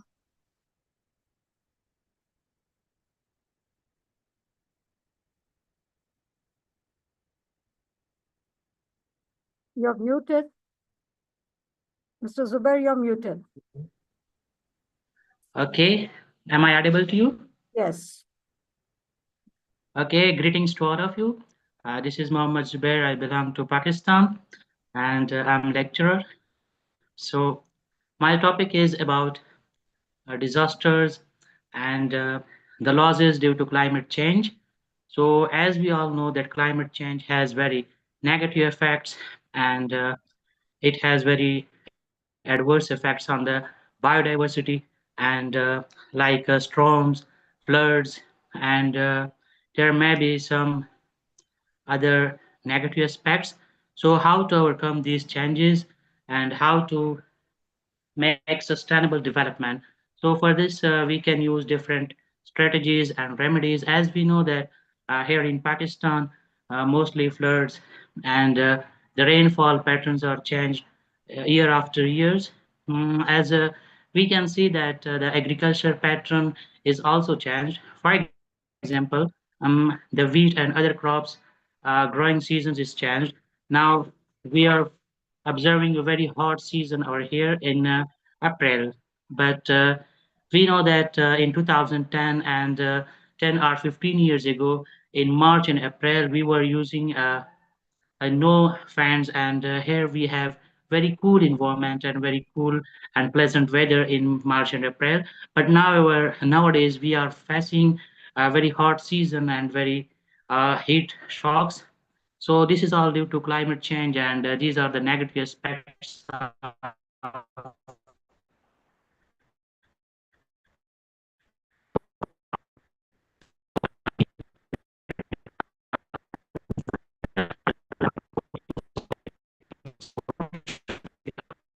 Mr. Zubair, your voice is not heard. Maybe you'll have to off the screen and speak. If your video is off, you will, yeah. Can you try speaking now, please? Yes. Yeah, please Am I continue. audible? Yes, please continue. Yes. So we have different strategies. Like, for example, we should use public transport instead of private, as it will reduce the emission of greenhouse gases and carbon dioxide emissions, because these are the sources which can lead towards um, global warming and climate change. And we should use also renewable energy projects. We should purchase renewable energy uh, substances, and by this we can reduce the pollution and we can reduce the greenhouse gases emissions. And the other thing is I want to share that we should use reduce, reuse, and recycle policy, that we should use reusable bags and containers instead of single-use plastic bags and containers.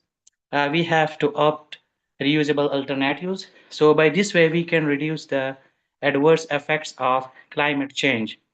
As we know that due to climate change, there are loss of biodiversity, and we are reducing the biodiversity in forests, in wildlife, mostly plants and animals.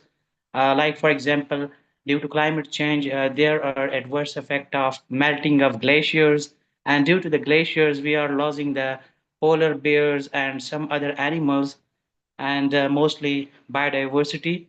So to reduce these all effects, we should use and we should follow the forestation, afforestation, and reforestation activities, because due to loss of biodiversity, we can't use this biodiversity for human, and nature is our home, so we should save, we should protect and conserve this by using daily life activities, for example, to conserve water, like take shorter showers, reduce your showers time to conserve water and energy.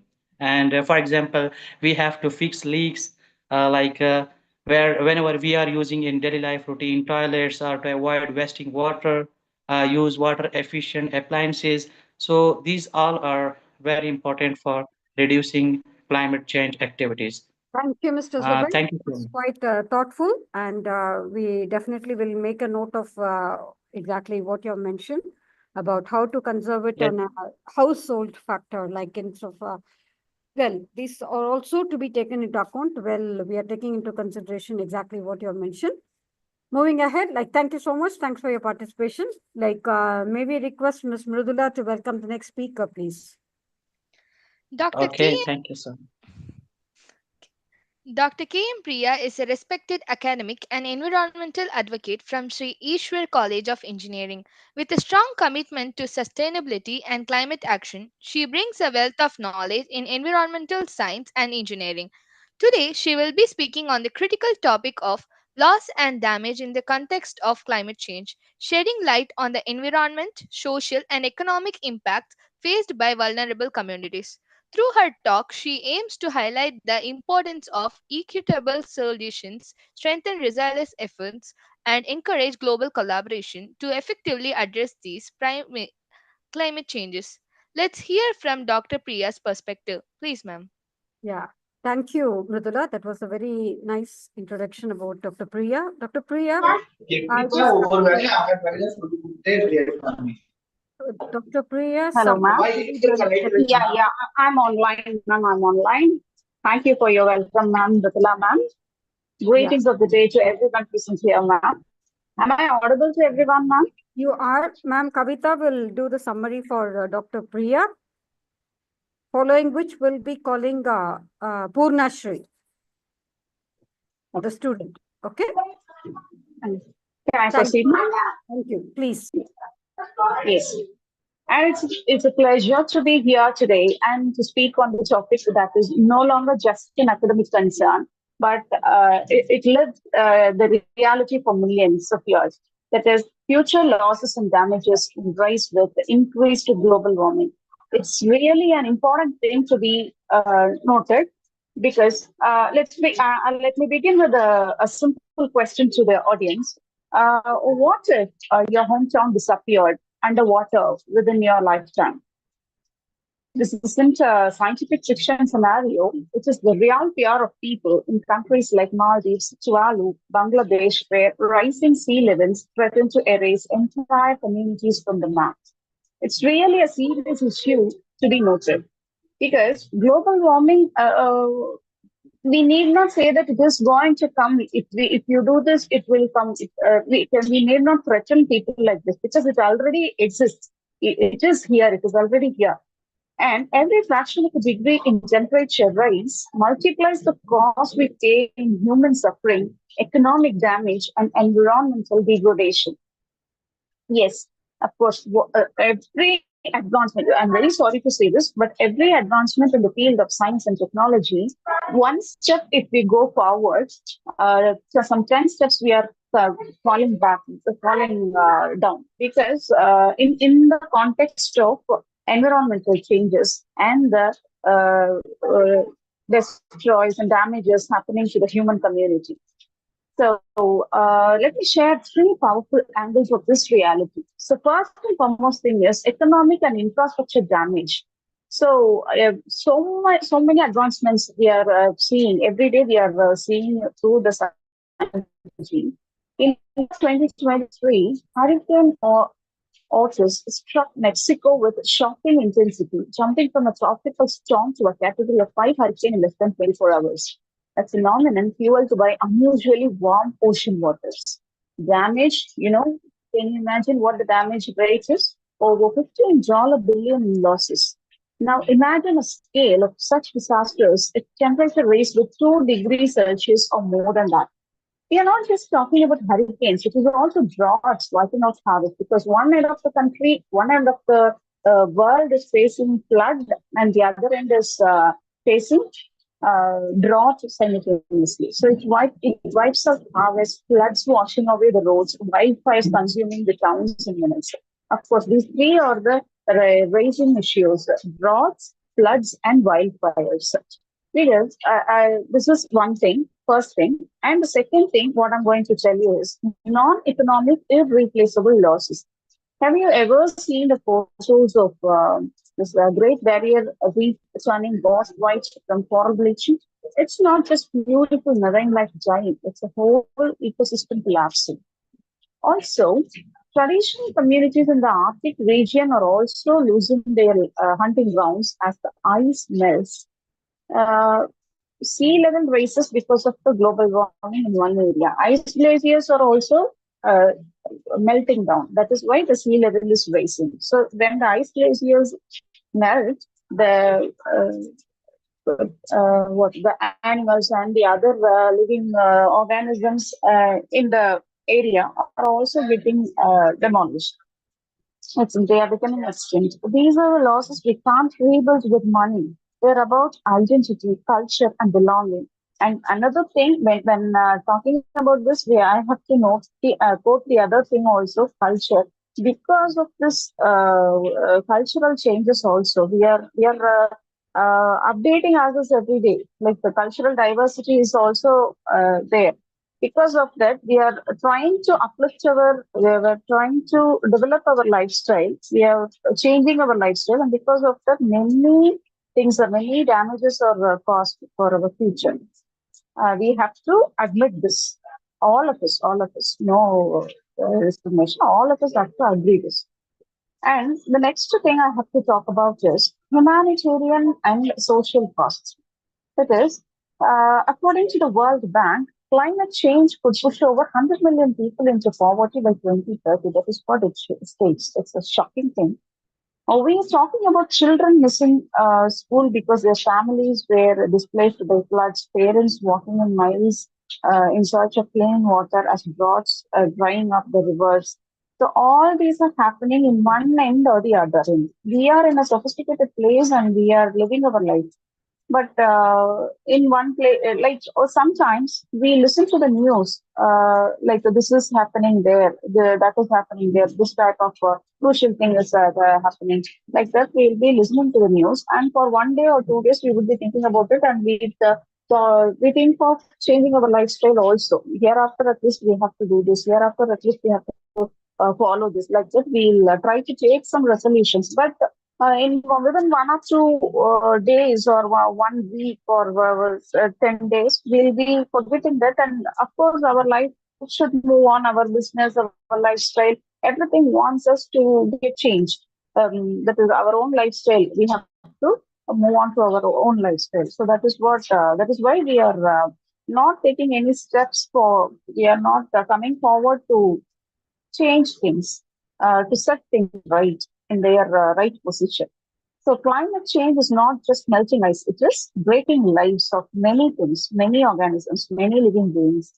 And some more surprising, it's not surprising, I should say, it's a shocking fact, some more shocking facts, I should say, is by 2100, that is over 200 million people could be forced to leave due to rising sea areas. And this is one thing, of course, flood, as I told you earlier. Wildfires in Canada in 2023 were so massive, and it was like blanketing the cities in the US with smoke. A reminder that no country is immune. Whether it is US or UK or any great countries, any powerful and strong countries, no matter. Every country is prone to such dangers. So we have to be alert. It's a kind of a warning. Every time the nature itself is giving us a warning, but we are not taking it seriously. For some days, we would be like feeling for it so much. We would be regretting for what has happened. But then we are not able to go back and change our lifestyle. We are always welcoming the changes that we are always like to move forward only, not backward. So the economic cost of inaction on climate change could be as high as $23 trillion globally by 2050. So everything is not so far, it is so close to us. So we have to see whatever danger people are predicting, the science is giving us, there is some hope. If we take immediate action, but all of us unanimously, like this SPG is really a wonderful thing, and I'm very proud to be a part of it, but it is not enough. Because very few people, whoever are there in that, members of that, they are aware of what are the ecological changes, environmental changes happening. But others, they are still unaware of things. They are just looking forward their life, upgrading their life. That is what they are seeing. So we have to create awareness among the people. That's what my concern is. We have science, innovation, and global cooperation on our side. And if we act now, that is immediate action, and double the time everyone should take some action, and only then we can save our Mother Earth. Investing in clean energy, creating climate resilient infrastructure, and supporting vulnerable nations. See, science and technology has improved a lot, and what not we can make out of it. Anything can be made, anything can be created and invented. So why not we create a climate resilient infrastructure? Why not we create a clean energy thing? So I'm supporting vulnerable nations through climate finance. So everything we can change if we try. If you have there is a very old saying, where there is a will, there is a way. So if we want to do this change, definitely we can do it. So can reduce future loss and damage significantly. So we must also push for stronger climate justice. So those who suffer the most have done the least to cause this crisis. Of course, see, people who have done a lot for this type of damages, they are not getting suffered. I don't know why this inequality, even with the nature. The people who didn't do anything or who did a very less thing, they are suffering. Their suffering rate is higher. Okay, so this is not highly unfair. This is highly unfair. So a just climate response means recognizing this imbalance and working together across borders and sectors. And we have to fix it, of course. Somehow we have to fix it. Otherwise, the lives of the poor people are getting, it is becoming a question mark. So, in conclusion, what I wanted to say is every delay increases the cost. We should not delay even for a minute. Immediate action. Immediately, we should roll into action immediately, and only then this Mother Earth can be saved, and the lives of many of the human beings can be saved. Not only human beings, the other creatures also. So economically, ecologically, and emotionally, everything we have to be saved. The choice is ours, of course. We have to ignore many of the people are ignoring the warning signs. That is, the nature is giving its warning in its own way. Every time it gives its warning. And we are staying as if we didn't understand anything. But if we sit and think, definitely we understand. And I think people who suffers a lot can understand these things. People who are I'm sorry to say this, who are in the who are upper class or upper middle class, they don't understand until they get affected. So warning signs, and they take bold collective action now to secure a livable future. If we want a livable future, we want to offer a livable future to our next generation, to our sons and daughters, grandsons and granddaughters, we have to take a bold action, and collectively we have to take bold actions, because one or two, if we take actions, it is of no use. No. I mean, it's a massive world now. So such collective action is required. So let us be the generation that didn't just talk about the problem, but let it be we have spoken about some problem, and we have taken some actions, and we have resolved it that. At least our generation should be like that. That is what my concern is. And thank you, all of you.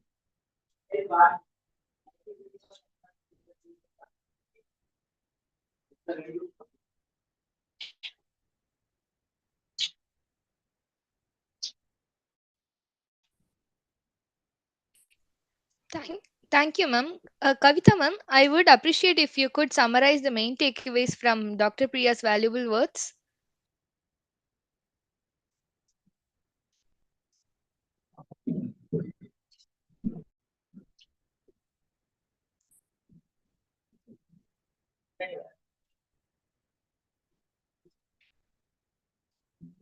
Kavita, ma'am.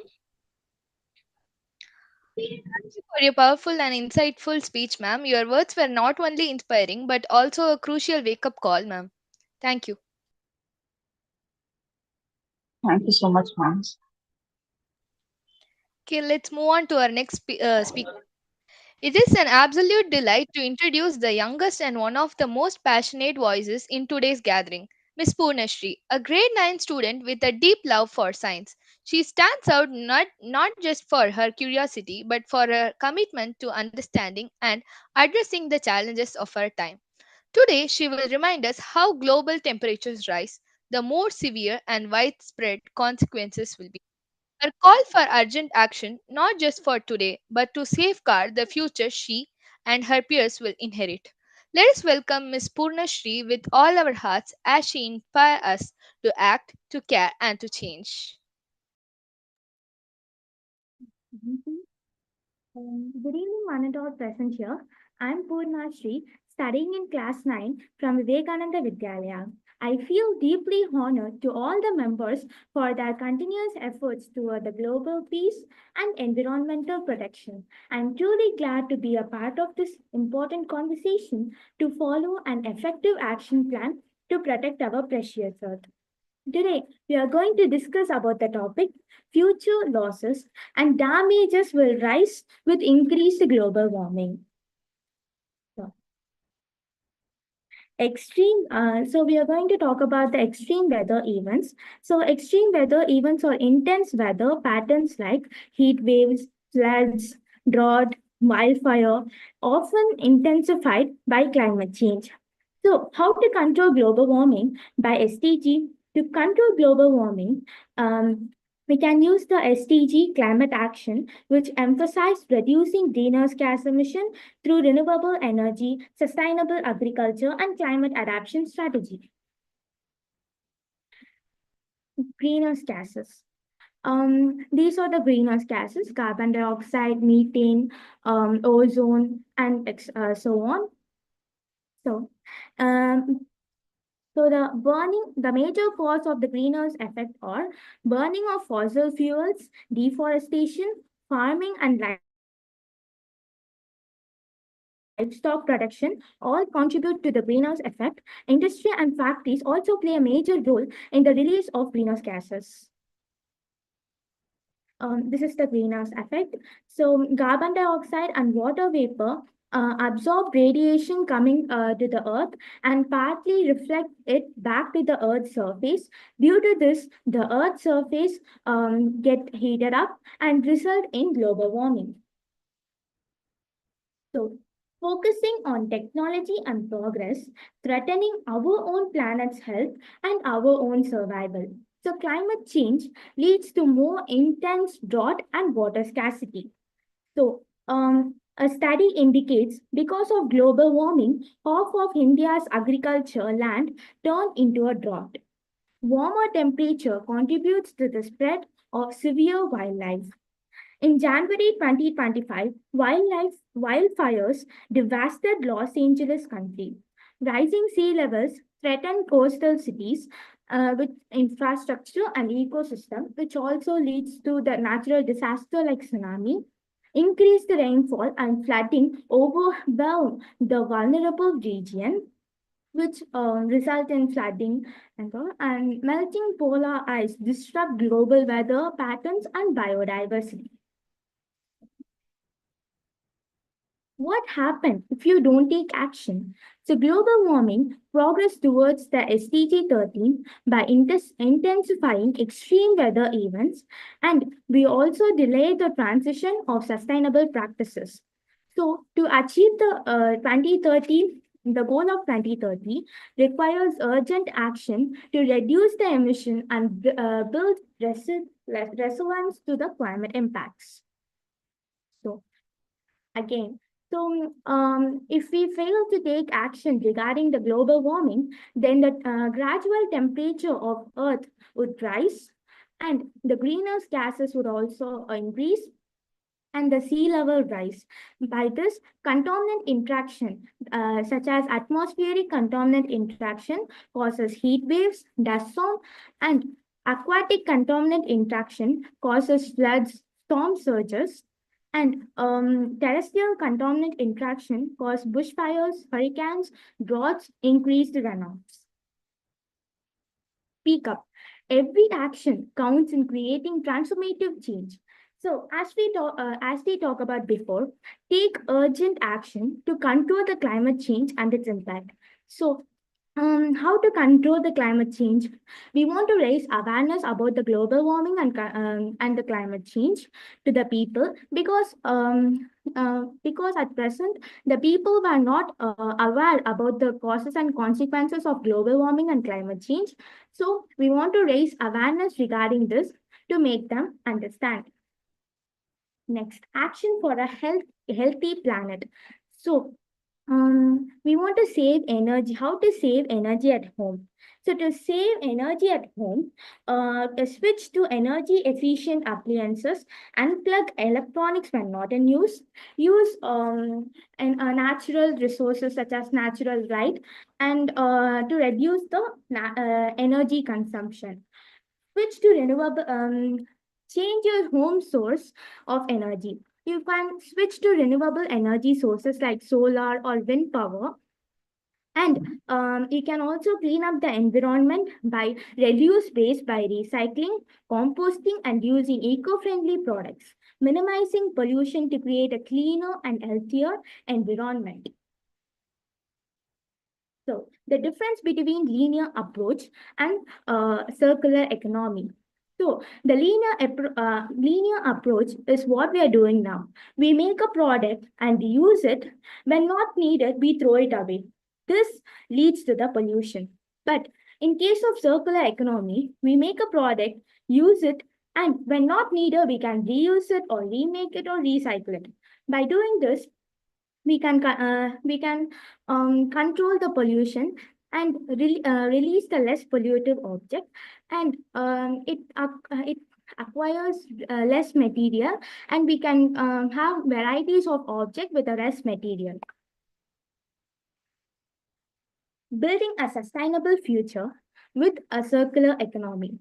So a never-ending circular economy ensures resources are endlessly reused and recycled, minimizing waste and promoting sustainability. So by recycling the products, we can minimize the waste and promote the sustainability. The three principles of circular economy are eliminating waste and pollution, circulating products and material, the regeneration of nature. These three principles were very important to attain the goal of 2030. Rise for Climate Action. Prachi Shevgankar, a CEO and founder of Cool the Globe. So the story of Cool the Globe is her journey started with a simple question: what can I do about the climate change? So this simple question turned into a great invention of the application named the Cool the Globe. The application looked like this. So in this, we can unite everybody and spread awareness inside our home. So let's head to the conclusion. Necessity, not just a goal. So following sustainable development is mandatory and essential for a well-being of a current and future generation. So the three pillars of sustainable development are environmental, social, economic. The framework for the futures, or it offers a pathway to a more resilient, inclusive, and sustainable future. Collective responsibility. Achieving sustainability requires efforts from all sectors, individuals, communities, governments, and industry. So all the sectors want to be united to attain the goal of 2030. So the earth is our only home. Together, we must protect and cherish it. We are the first generation to be able to end poverty and the last generation that can take steps to avoid the worst impact of climate change. Future generation will judge us harshly if we fail to uphold moral and historical responsibility.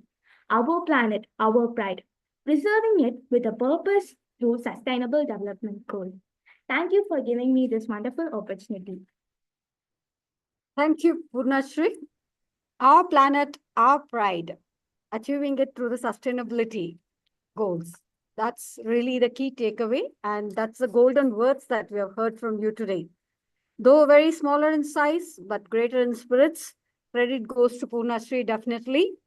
So which grade are you studying, Purna? 9th standard, if I'm right? Yes, ma'am. Which school? Vivekananda Vidyalaya School. Vivekananda Vidyalaya. So exactly out of inquisitiveness, I'm just asking you in the sense like who helped you in this presentation? What was your initiative in the sense? My mom gave me an idea about this presentation, so how to prepare it, and by her idea, I slowly developed the presentation. That's great, really great. And definitely, I know children of this age should be guided by the parents, indeed. And are you involved in any of the sustainability projects as such? No, ma'am. This is my first sustainability project. Oh, God. So kudos to G20 International One Planet Cabinet. Welcome to you. A warm welcome to you, Purnashri. Really amazing. Thank you, ma'am. Amazing it is. Well, I think everybody will agree with us, like for her age, she has really covered quite a lot.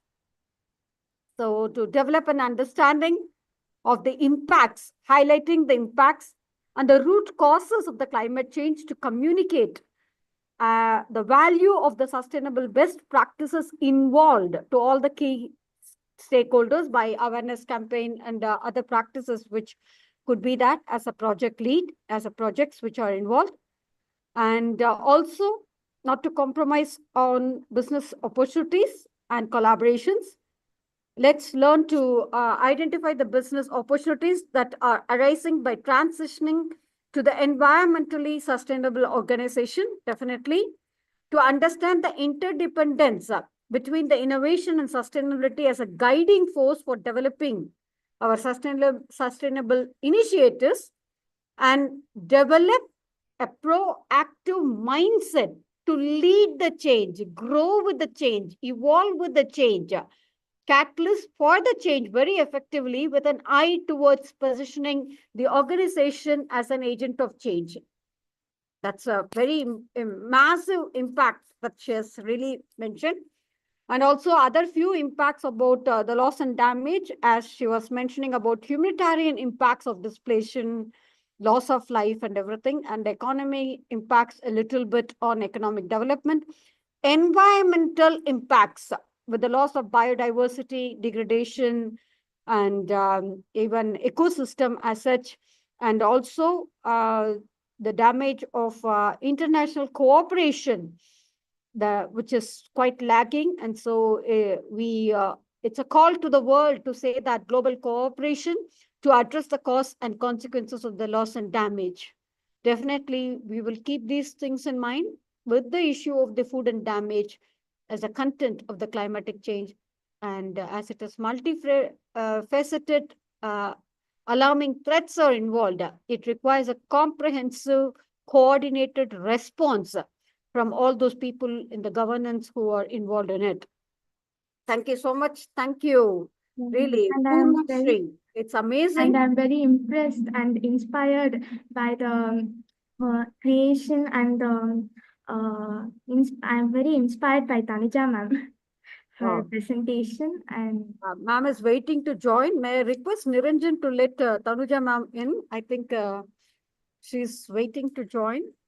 So if our backstage heroes can let ma'am in, please. Yes, Purnashri, please continue. And my mother also inspired by her. So Right, Tanuja ma'am. Yes, very good. She definitely, we are missing her today, and she's joining the forum very soon, and she's waiting to join. And I think Niranjan has to help us in this. If Tanuja ma'am, once she joins, maybe we will take few words from her as well. Sure. Thank you, Purnashri. Thanks for your presence. Thanks for becoming a leader there. I could see a leader in you. And so that our future champion is here definitely to take the lead for the future. Thank you so much. Thank you, thank Purna. you, ma'am, for your valuable words. Sure. Thank you. So moving further, I would request Mridula ma'am to call, to invite Mr. Premnath. Thank you. Okay, now let's welcome Mr. Premnath Babu, the inspiring and dynamic CEO of Chiltern TMC Consultant. With over 20 years of experience in the manufacturing industry, he specializes in driving global sustainability initiatives and operating excellence across diverse business sectors. Mr. Babu holds deep expertise in ESG, carbon footprinting, LCA, EPD, and sustainability reporting. Through Chiltern TMC Consultant, he collaborates with industries to tackle complex sustainability challenges, enhance environmental performance, and ensure regulatory compliance. Rooted in a powerful mission to preserve and protect our planet, his work reflects a deep commitment to shaping a more sustainable future. Mr. Babu, please share your perspectives on upcoming losses and damages, sir. Mr. Premnath will be summarized by Vasanthi Reena Williams, ma'am. Thank you, ma'am. Thank you. Sir, your screen is loading.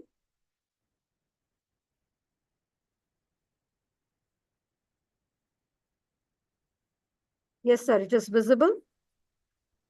Good evening to all. But we need to go to the presentation mode. It's okay with you? Yeah. Okay.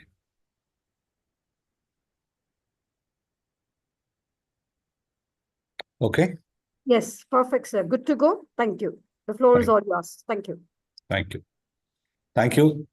First of all, thanks for the one more opportunity given to me.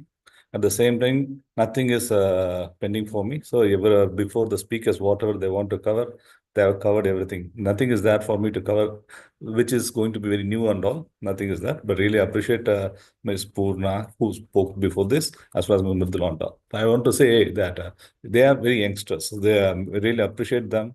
They are coming forward and they're participating in this kind of conferences. So it will be a good example. But at the same time, if they ask what you did, we don't have any answers. As elders, we don't have any answers because what is the damage we can do, we have did. We are taking the future's wealth and we are consuming now. It is not that it is made for us. In childhood and all, we used to say that there is only one life, enjoy the life and all. But that was a big wrong theory which we come across. With this, today my topic is future losses and damages will rise with the increased global warming. So addressing the loss and damage is the crucial third pillar of climate actions. So providing support to people and communicate after they have experienced climate-related impacts. So everybody have covered the water, soil, air pollutions, land contaminations, about the farmers, everything you covered already. So we take the water. So the water, we see that if you take in the all over the world, example, you take 100% water is there. On that 97.5% is the salt water where we cannot have the access or to drink. Balance is 2.5%. On that 1.5% in the North Pole and South Pole has a ice. Only 1% of water is there in the remain in the air. On that 1.5% is under the ground only. So only 0.5% of water we have the access to drink and other facilities. That also we have polluted like anything now. So example, how it is getting polluted. The one example is, if you take the 50 years before our elders and all, so in a year, even in the cloths, we will buy only one cloth in a year or two cloths in a year. But now, every time when you go to a shopping, whenever we see any online Miss Bar, Noon or anything, we see that we used to buy some clothes. So every time when you run the washing machine, the science is saying that there are more than 700,000 7 lakhs plastic particles are mixing with the water. So whatever the treatment you do, it may be ETP or STP, whatever, the plastic cannot be separated from that. Even the last January also, not this year, 2024 January also, Japan has made a sample they have taken from the cloud, and they saw that even then the cloud also they found that there is a plastic particles out there. Even we are losing a lot of damage, like we talk about the rising sea levels, glaciers melting. Even Venezuela, 2024, we lost that glacier. Before the 9 glaciers, now I think around 7 glaciers only we have now. So with that, loss and damages, the general term used in the UN climate negotiations, refer to the consequences of climate change that go beyond that people can adopt to.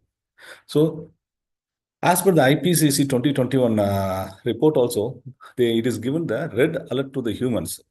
There is urgent action is required, but still we cannot request to anyone. We have to implement. Otherwise, what will happen? The losses. So what we are seeing now, the rain, wherever we are seeing the floods, we are seeing that. Where if a tumbler is there, is only there 200 ml of a tumbler. If 20 liters of water we pour on that, it cannot be able to take that. The same thing is happening in a monsoon. If the 10 centimeter to 15 centimeter of water is there, means yes, there will be no much flood. But what is happening the last recent years?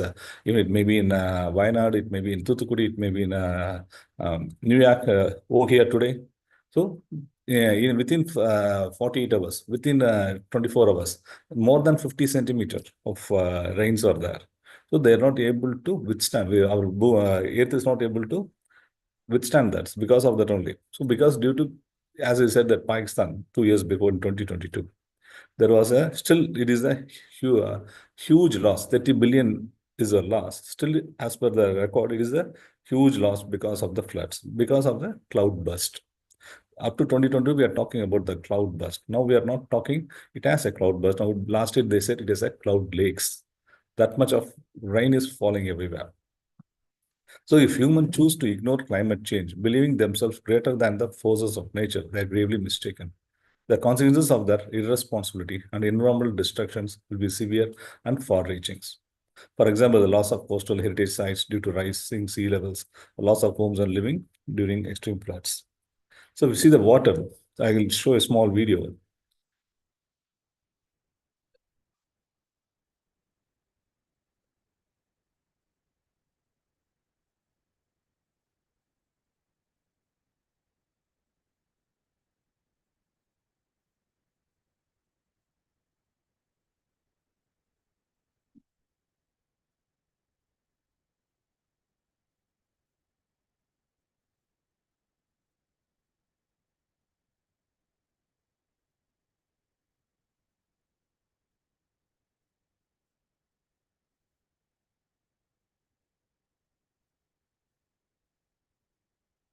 So by 2050, an additional 1 billion people are expected to live with the extremely high water stress. Example, a person in a day, he needs at least 200 liters of water. But if you take some war areas and other poor areas and where the poverty is more, they have the access only to 20 liters of water. They cannot do anything on that. So globally, half of the world population is exposed to extremely high water stress at least 1 month a year. By 2050, that number could be closer to 60%. But what causing global water stress? Across the world, water demand has more than doubled since 1960. Increased water demand is often the result of the growing populations and industries like irrigated agriculture, livestock, energy production, manufacturing. Meanwhile, a lack of investment in water infrastructure, unsustainable water use of policies, or increased variability due to climate change can all affect the available water supply. So, irrigated agriculture. So if we take a cup of coffee, when you're taking a cup of coffee, so nearly 140 liters of water is required to take a cup of coffee.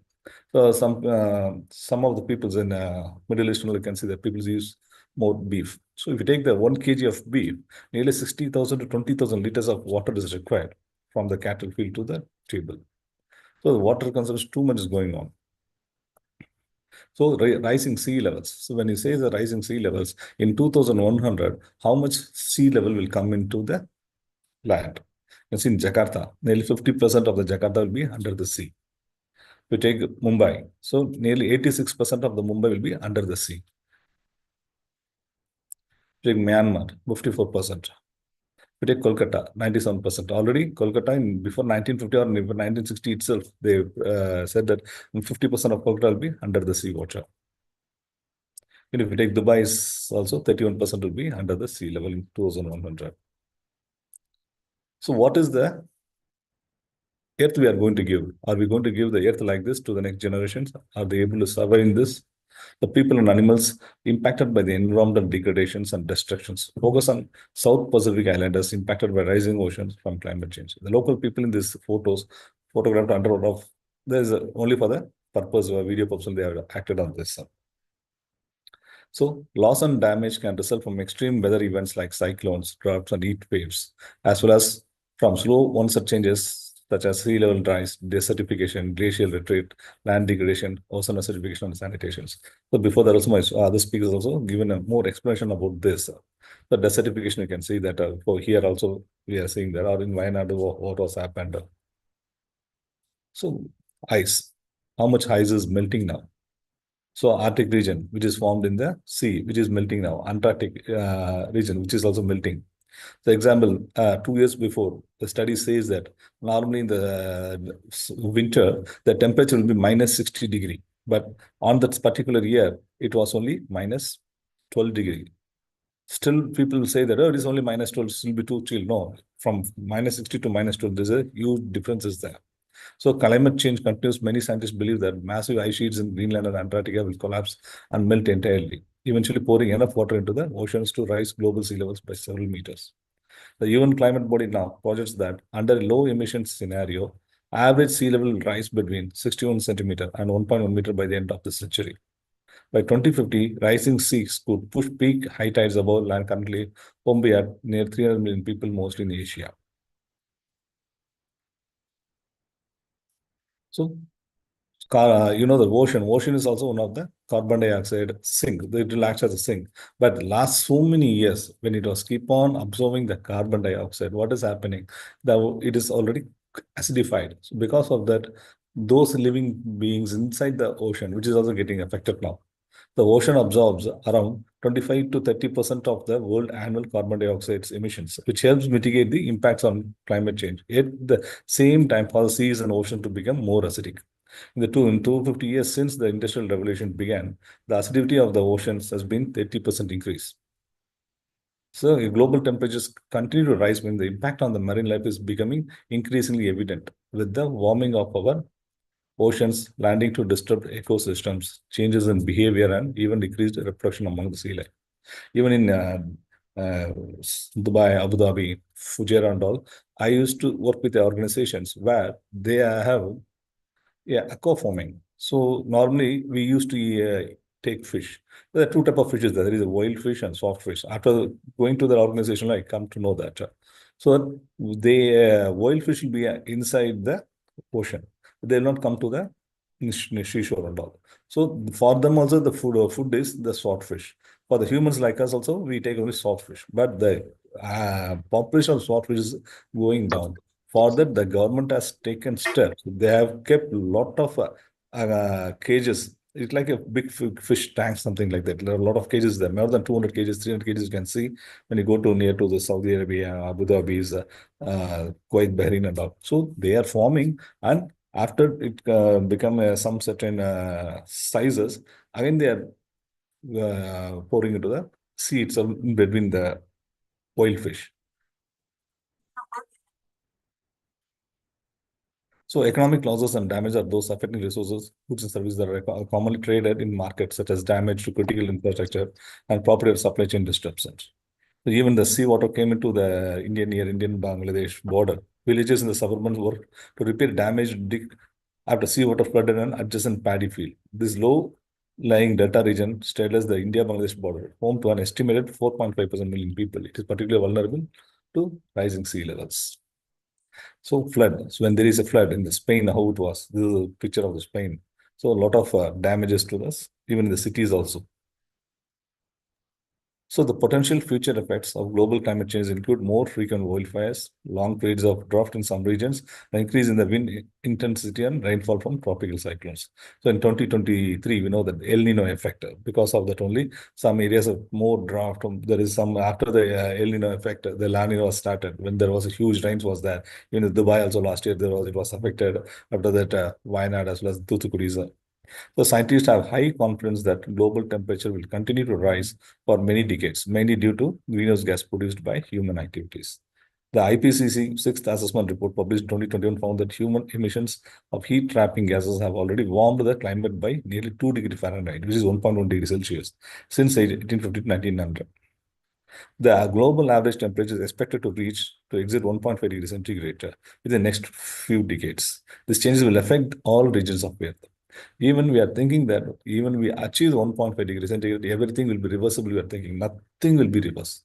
Even if you go up to 1.5 degrees centigrade, what we are facing today, the same thing will be there, but it will not go worse than this. What we are facing today, last 10 years, to keep it the same temperature and the same kind of living to the next generation, for that only we are fighting for this. So if it is 1.5 degrees centigrade, how it will be, you can see here. If it is 2 degrees centigrade, how vulnerable? So 3 degrees centigrade and 4 degrees centigrade. So if current policies persist, global warming could reach up to 3 degrees in another 100 years. So we are saying that by net zero 2050, we are saying that. So how many countries are fix the target? Yeah, as per the Paris Agreement, all the countries are accepted. But if you see that climate action tracker, so most of the countries still have not fixed the targets. Europe is saying that 2040, India is saying 2070, China and Russia is saying 2060, Saudi is 2060, UAE is 2050. So, but there is no uniformity in that also.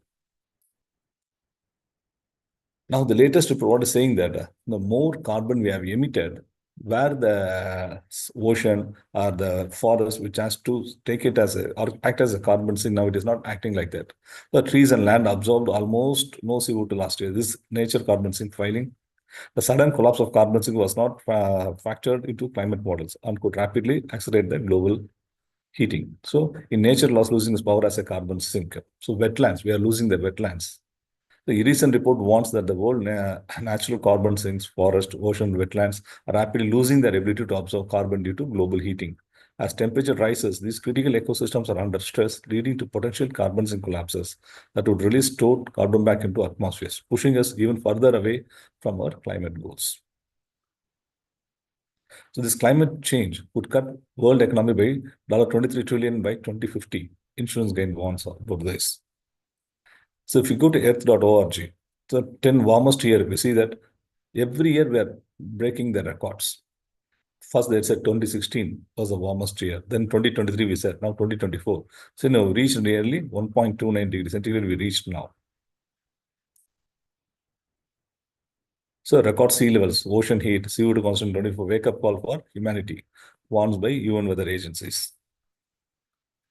Per capita. So as a person, we are allowed to emit 4.8 tons per person in the world. But if you see that some countries like Singapore, UAE, Qatar, US, they are all emitting more than that. If you see that highest is by Qatar, which is 35, which is UAE is 21. So you can sign as 18.9, United States of 14.21. India is still 1.89, but due to the population, huge populations, it is more than that. So if you go to the Worldometer, you can get all the countries' details about this. So what are the countries? Are they taking the actions really? We see India. We go by the climate action tracker, if we go there, it is highly insufficient. What is the action we are taking? We are thinking that, oh, we entered into the sustainability. What is the actual, because we are in the field, we are seeing actually when the customer asks, you have to go for ESG, you have to go for the climate change means, then only you can do the business with us. They are taking a shortcut, saying that if I pay where I can get the certificate, I want to satisfy my customer. So give me a certificate, something like that. So my continued business will be going there. Even when you submit the quote, even the construction industries, they'll say we have to follow the lead, you have to follow the STIDAMA, you have to follow the green building regulations. Yes, everything will move. once they finalizing the time of quotation or proposal, they'll say that, oh, it is too huge. So what is the alternative you have? Then they'll remove one by one. All the sustainable materials go out of the proposal. Then they'll agree. Yes, actually, it is the fact it is happening. After the construction, they are saying that it is a pearl or gold or silver rating and all. But I saw many buildings where maybe in UAE, maybe in India. Actually, these are all false claims. I can say that. So if we take UAE, insufficient. So before they are also in the high ED insufficient only. After conducting the COP29, they have taken some steps. Now they came out with some rules and regulations. So it mentioned as insufficient. But still, many countries, still their target, net zero target is not fixed by them. Even in one of the area in India, I can say the 400-acre forest in Hyderabad, how to become 200 species of birds and animals and over 400 species of plants is being cleared by the government to monetize the land for real estate and IT parks. The story underneath this is bigger than just Hyderabad, because this is not just about one single forest. It's about how we value the destructions as progress. So what are the takeaways from this? We already see effects scientists predicted, such as the loss of sea ice, melting glaciers and ice sheets, sea level rise, and more intense heat waves. Scientists predict global temperature increases from human-made greenhouse gases will continue. Severe weather damage will also increase and intensify. Rising sea levels, extreme weather events, and biodiversity loss are just the beginning of the catastrophic impacts we will face. Our ecosystems are reaching a tipping point, and the window for the meaningful action closes rapidly. Without immediate and decisive action, future generations will inherit a planet that is increasingly inhospitable and fraught with challenges. The time to act is now, before the damage becomes irreversible. Okay, thank you. Thanks for the opportunity. Thank you, sir. It was really very inspiring. Rightly said, we have taken over from a future generation. You started with that, and you said that we need to set it right for them, because we have taken their part of from what do you say, their share. We have taken that, which is not good. And you also mentioned that 5% of water we have for drinking, and that is also polluted. What I found very interesting in your discussion was you justified everything very well. You also mentioned that how our earlier generations, ancestors did not purchase many clothes, and that's also very right. Now, every time we see something, we go to buy one and we end up buying 3 or 4 sets of dresses, and we use the washing machine more, so we are using more of water, and then the soap, chemicals, and so on. Yeah, very right. And then you also mentioned that we are consuming plastic in each and every form. Yes, recently there are so many discussions on that. They say even breathing, we are breathing microplastic. It's become part of our life. That is what research is telling, and that's really very alarming, in fact. And the effect can be irreversible if we do not take immediate measures. Very rightly said. And see, each and everything you mentioned was it's not fiction. It is the truth. This is something that is really happening. And then you also mentioned about more than 50 centimeters of rain the earth is not able to withstand, which again is showing in we are in a red zone, basically. And you said that cloudburst has changed to cloud flood, and the video was extremely inspiring, and I felt that it drives your whole discussion objectives, straight hitting the bullseye. And yeah, you also mentioned about high water stress being faced at present. Yeah, that is very true. Also, you spoke about the rising sea level. You also mentioned how the areas near the coastal areas can be submerged into the sea. You gave examples of Mumbai, Dubai, and Jakarta. And You also mentioned about the average sea level rise by 61 centimeters and or 1.1 meter by the end of this century. It's really alarming. I feel I am half a century old already, but I feel my mother and my father were more happier because their generation did not have to face so many things. Now it is like anything you buy, anything you consume, we need to think a lot, and um, uh, you know. Uh, these kind of platforms bring in a lot of information sharing, which I think should not be restricted only amongst people here. This needs to, just like Purna Shri, she should be motivating and, rightly said by Dr. Sri Vidya, she is a leader because the way she took the initiative, I wish she takes, I hope she's there. I wish she takes this initiative further and inspires many more. She seems to be inspired by another girl. I am not able to recollect correctly, but she seems to be inspired by, I think, Prachi something, right? So I wish many will be inspired by you as well, and somebody will mention your name. So similarly, sir, you also mentioned about this was news to me. I was not aware of it. You spoke about soft fish and the wild fish, and how the government is taking measures in Saudi Arabia to save these wild fish, how they're putting in them in cages, taking care, and then putting them back into the sea. That is really a good initiative. So I think initiatives like this, like now you're spreading that information to us and we spread it to someone else, and then this awareness happens. Because as one of the speakers earlier mentioned, that it is the innocent people who get say for example the farmers who are suffering because of maybe industrial pollution or so on and so forth.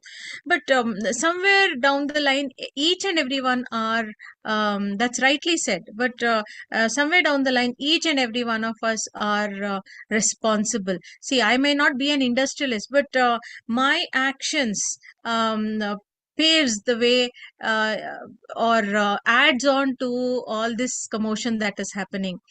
Because though I am aware, I still feel that it's okay if I use one plastic bag. What if only I use? But then I don't think that there are so many eyes, and then that becomes a huge number.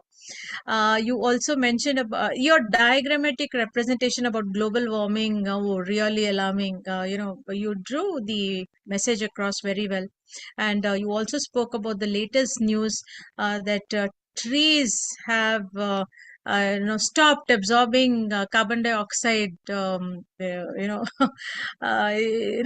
these are red lights for all of us. We have how this CO2 emissions permitted, which is presently more than double the set data, that also you depicted very well. Very clearly stated with justification, which is helping to drive your objectives across, sir. It was very interesting, and I thank you so much for sharing this knowledge with us, because I'm sure there's so many takeaways and it was not just the statistical data. It was like you drew the matter across, which I feel is really going to be helpful for all of us. But then not just the information. The second part is implementation. So from our side, at least, a little bit from each one of us could help in, as you said, at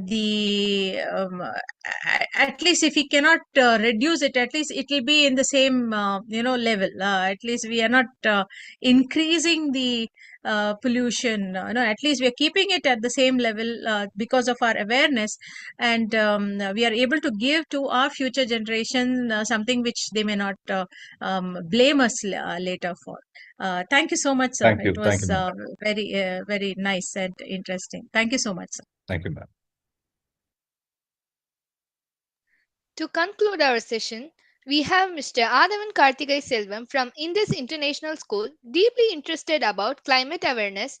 He will be sharing his thoughts on how future losses and damages are likely to increase with rising global warming.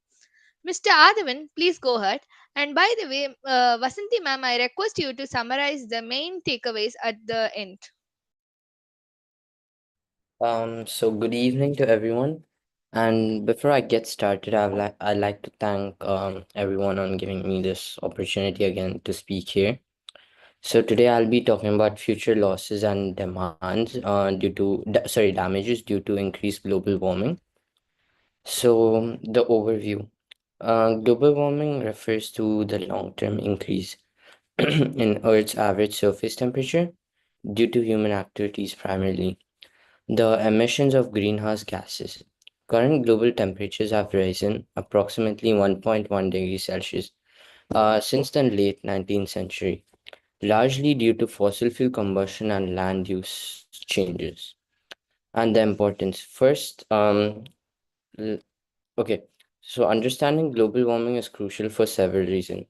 First, it helps us create effective environmental policies that protect our planet by knowing how global warming affects the environment.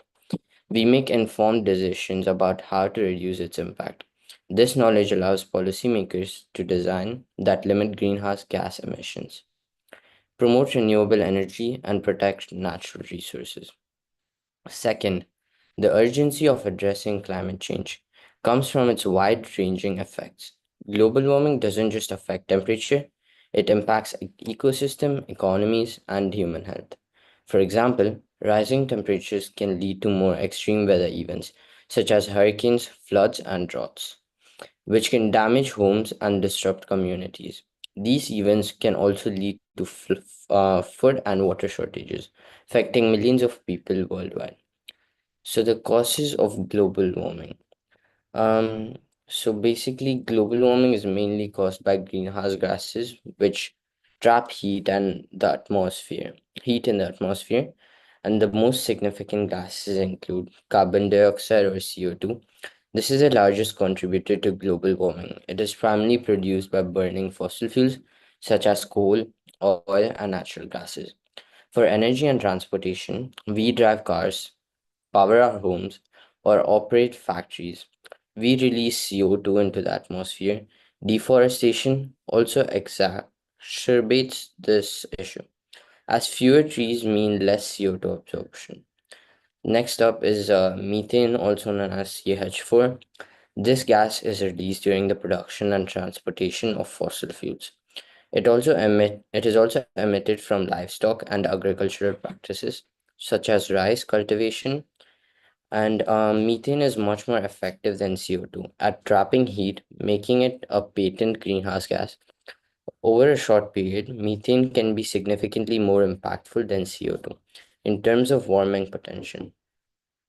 Next up is nitrous oxide. This gas comes from agricultural activities, especially when fertilizers are used, as well as from some industrial processes like methane or nitrous oxide, is very effective at trapping heat in the atmosphere. Its emissions are often overlooked, but they contribute significantly towards global warming. Understanding these causes can help us identify where we make changes to reduce emissions and combat global warming.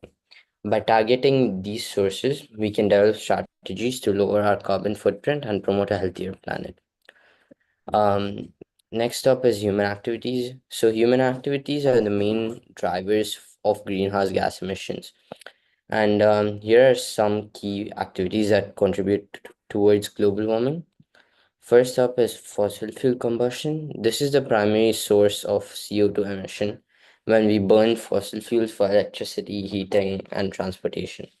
We release large amounts of carbon dioxide into the atmosphere. This includes emissions from power plants, cars, and airplanes.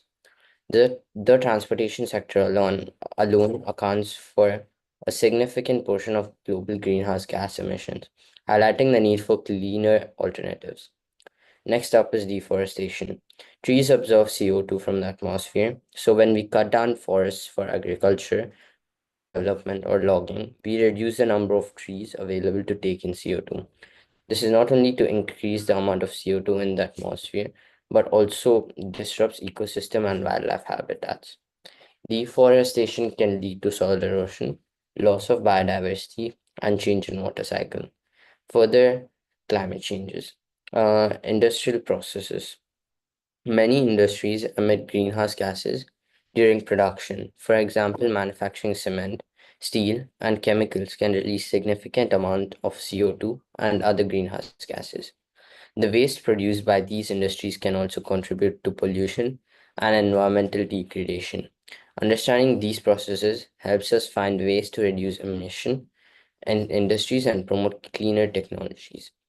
By recognizing these human activities, we can focus our efforts on reducing emissions and promoting sustainable practices.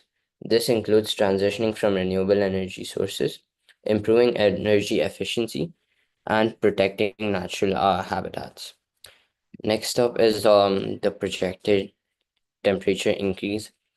So, current scientific projections indicate that if we continue with our current practices, we could see a rise in the global temperature by 1.5 degrees Celsius above the pre-industrial levels by the year of 2030. This increase may reach to 2 degrees Celsius or more by the end of the century, and such temperature rises have serious implications.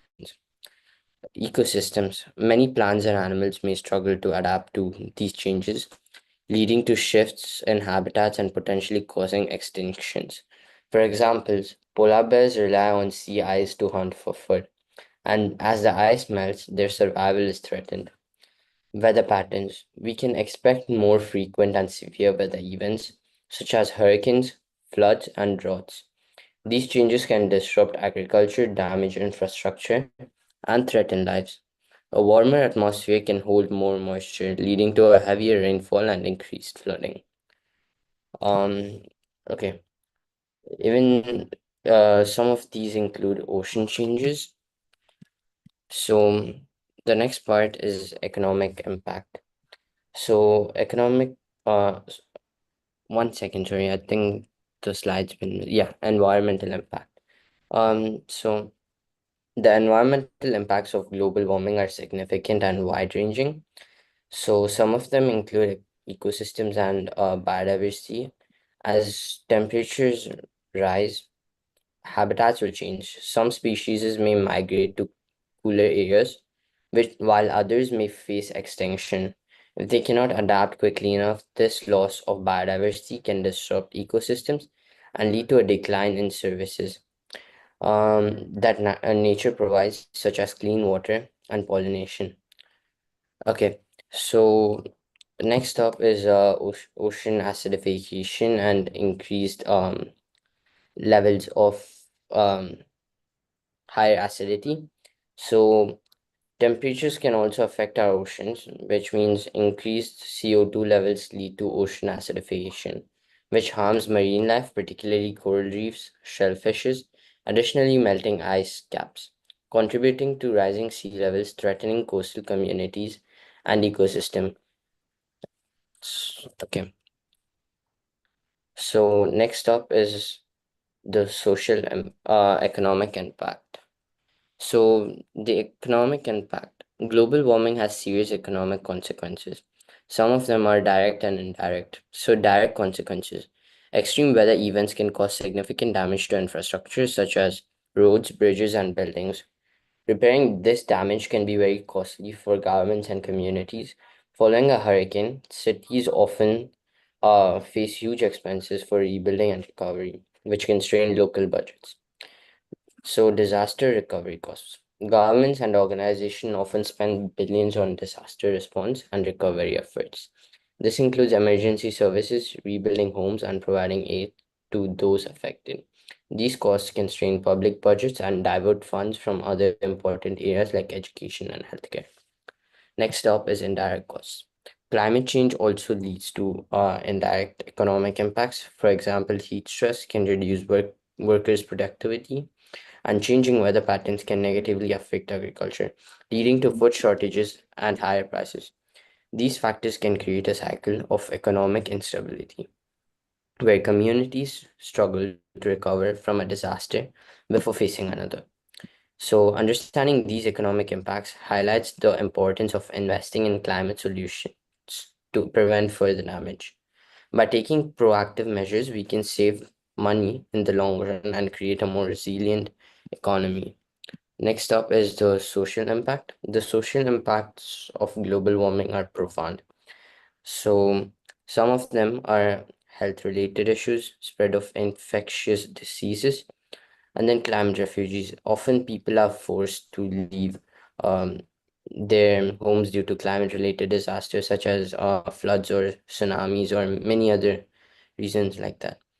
So I'm going to Adhavan, explain how much this. time will it take? Miss 2 more minutes. Okay, because it's nearing 8:30. Yes. Yeah, I'm sorry. So health risks, rising temperatures can lead to heat-related illness such as heat exhaustion or heat stroke, especially among vulnerable population like the elderly and those with pre-existing health conditions. Additionally, climate change can expand the range of infectious diseases, putting more people at risk. For instance, warmer temperatures can increase the spread of disease carried by insects such as malaria and dengue fever. Climate refugees. As climate related disasters become more common, people may be forced to leave their homes and migrate to safer areas. This phenomenon creates climate refugees, putting pressure on urban areas and resources, leading to overcrowding and increased competition for jobs and services. Okay, so next one is community disruption. And climate changes can disrupt communities, leading to loss of cultural heritage or social cohesion. And next up is the case studies. These are two case studies I put up with. So first one is a hurricane of 2005, which estimated costs of over 125 billion, which highlighted vulnerabilities of coastal cities to extreme weather. The disaster, which resulted in loss of lives, displacement of residents, and long-term economic challenges for the affected areas. Next up is the agricultural impact by the California drought. So, which was a prolonged drought which led to $2.7 billion in losses for farmers due to reduced crop yields and water availability. So, mitigation strategies. To address global warming, we can adopt several mitigation strategies: transition from renewable energies, and then energy efficiency measures. So transition could be shifting from fossil fuels to renewable energies such as solar, wind, or hydroelectric power, which can significantly reduce greenhouse gas emissions. And then energy efficiency measures is improving energy efficiency in homes, businesses, and transportation can lead to significant reductions in energy use. And then infrastructure resilience, building infrastructure that can withstand extreme weather events is crucial. This includes improving drainage systems, reinforcing buildings, and investing in flood defenses. Next up is sustainable agricultural practices. Promoting practices that conserve water, improve soil health, and reduce emission can help farmers adapt to changing conditions while maintaining food security techniques. Overall, these strategies can help us reduce the impacts of climate change and build a more sustainable future. Collaboration among governments, businesses, and individuals is essential to implement these solutions effectively. Next up is the conclusion to what I've done on this presentation. In conclusion, global warming possesses serious significant risks to economic stability, environmental health, and social well-being. Immediate action is required to mitigate its impacts and adapt to the changes already underway. Call to action. Encourage individuals and communities and governments to take proactive steps towards sustainability and climate resilience. Advocate for policies and promote renewable energy conservation and responsible resource management. And that's about it. Thank you. Thank you, Adhavan. That was a wonderful presentation. Reena ma'am, since Yes, the yes. link is getting over. Yes, Mr. Agdavan Karthik, you have clearly shared your thoughts and suggestions on the cause of global warming. And I feel, it's just a suggestion. I hope you take it in the right perspective. It's very visible that you have done your homework well, and you're in the right track. I encourage you to keep going, and you should definitely come up with some, means that are implementable to help in at least, sorry, to help in whatever you've given a lot of suggestions. So I feel you should definitely come up with something that is implementable to help in at least one form of reducing global warming. Small drops. You hear a lot of hackathons. I'm sure you must be a part of it as well, because you seem to be quite an active student. So I think you should be coming up with some kind of you already read so much, you're speaking so much about it. I was there in your previous discussion as well. So that is my suggestion from my side. Anyways, it was very good. Your homework is well done. Thank you. Very inspiring. Best wishes. Thank you, Miss. Yeah, thank you. Thank you, Vasantirinam and William. Yeah, welcome. That's why we need people in the panel like that. Athavan really, to talk about Athavan, that he is not just a very student. He's an entrepreneur for his age, and he started his own business actually. So Okay. yeah, more sustainable efforts and sustainable parameters which are involved into it actually. So very Okay. soon we can see him in Aijan Enerjathan as well, and he's going to be one of the presenter for the presentation for his business, especially with the sustainability factor involved. Very good. So, Very Athavan, good. thank you, ma'am. Thank you so much. That was a Thank wonderful you, Miss. Yeah. presentation indeed. And I think everybody has covered almost all the points. And the thing is mainly the strategies that we need to adopt to control this is what we need to look into. That's what is the thing, because we all know that exactly the alarming dangers which are involved in it.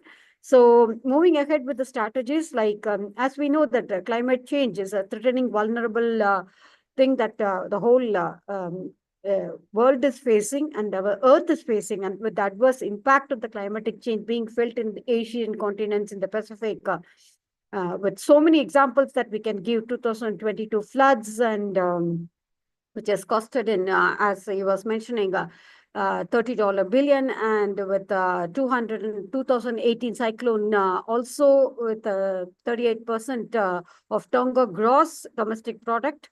As such, all these things, if we take into consideration, or if we really go into this, what all could be done to really handle these kind of situations? That's what is the thing. First, adopt a people-centered approach. That's what is required. Because we are talking about planet, we are talking about environment, but who is suffering? The people are suffering, actually. So the people-centered approach to be taken into understanding as a climatic risk. That's the first thing that we need to think into. And non-economic losses often reflected the intersection of the people's relationships with environment, society, and society. To understand the climatic risk, it is therefore very critical to understand the people's sense of loss and co-produce the strategies to minimize these. So this approach can really empower the vulnerable communities, foster collective action, and build a sense of care and responsibility in all our adaptation efforts. So following which, strong partnership between governments, technical organizations, and community-based organizations will be critical for success. So with these things, if we just move ahead, this new generation of the people-centered assessment can be promoted with the multi-hazard risk assessments, as Premji is always there for ESG governance parameters and the metrics and the dynamics which are involved in it. Then adaptation pathways should guide the decision-making. This adaptation entails the adjusting the long-standing development processes, and the institutions may no longer fit to the purpose of the changing in climate. So developing a participatory manner adaptation pathways like us, like our forum, IGEN Energathon Forum, as ma'am was suggesting, the younger generation has to come forward with all these understanding where the adaptation needs to happen. So this involves starting from a small effort to a bigger effort. So every single, ma'am already mentioned, every single drop, pearl drop in the ocean will definitely make it to a big river. So every single step is a big leap to fly high. So this involves starting small and preparing for the change to be implemented as the key moments of this climatic change. End of the day, who is the one who has to do it? Be the change that you wish to see in the society. We are the ones who has to conduct the change. We have to formulate it. We have to take it forward. We have to be the person who is going to do the train that transcend all these things with the improved governments and the political financial commitment and adaptation pathways, and provide opportunities for the long-term programmatic processes which are involved, which will build a resilience such that increase in the investment of the ecosystem and the nature-based solutions will be thought about. And all these things will definitely pave way for the better world, I think, a better planet. Thank you so much. It was a wonderful session indeed, with all the speakers, eminent speakers, with their insights and inferences. Huge takeaways as usual. As such, on that note, please help me to thank each one of us, our community partners, starting from JSFN, IGEN, Institution of Green Engineers, and also our academic partners with SRM group of institutions, Amity University, Dubai, and also, I'm sorry, the other college is JNN Engineering College, and also with Sairam Engineering College, and also if I miss any college, please forgive me as such, because I'm just logging in and out from the computer as because of the Wi-Fi disconnection is there. And also our other community partners as Global Institution of Peace and the Green Brigade, and also Universal Human Values. Thank you so much. And last but not the least, all our speakers, eminent speakers who have shared their insights and inferences for today. Without their big support, we are not going to be here. Definitely. Thanks for your valuable time and the inferences and the hard effort that you have put in, and your huge research work that you have done for sharing on this platform. Really, it really inspires us. It really motivates us. It really encourages us. It supports us with any kind of thing that is required to take it forward. With this last session, we have covered almost all the points for the planet. From next session, we are moving on to the prosperity. So starting with we will go on to the digital and innovation systems. So thank you so much. Until we meet again for next Sunday, we are very thankful to all our community partners once again, and also their heads who are in the lead, and our eminent speakers who are joining us on this platform every week after week, and also our backstage support for IGEN and Kapilan. And every week we are giving chance for the new students to come and host the show. This week, our host for the show, Ms. Mridula, you did a fabulous job, wonderful job. Thank you so much. She took it on her shoulders and she took it so beautifully. Thank you, Mridula. Thanks for the wonderful effort, and thanks for each and every one of the coordinators, then like who just spoke to the brief, and our panelists, those who have summarized the presentation and the summaries. Really, without all your support, it's not going to happen. But one simple thing is that coming together is always a beginning.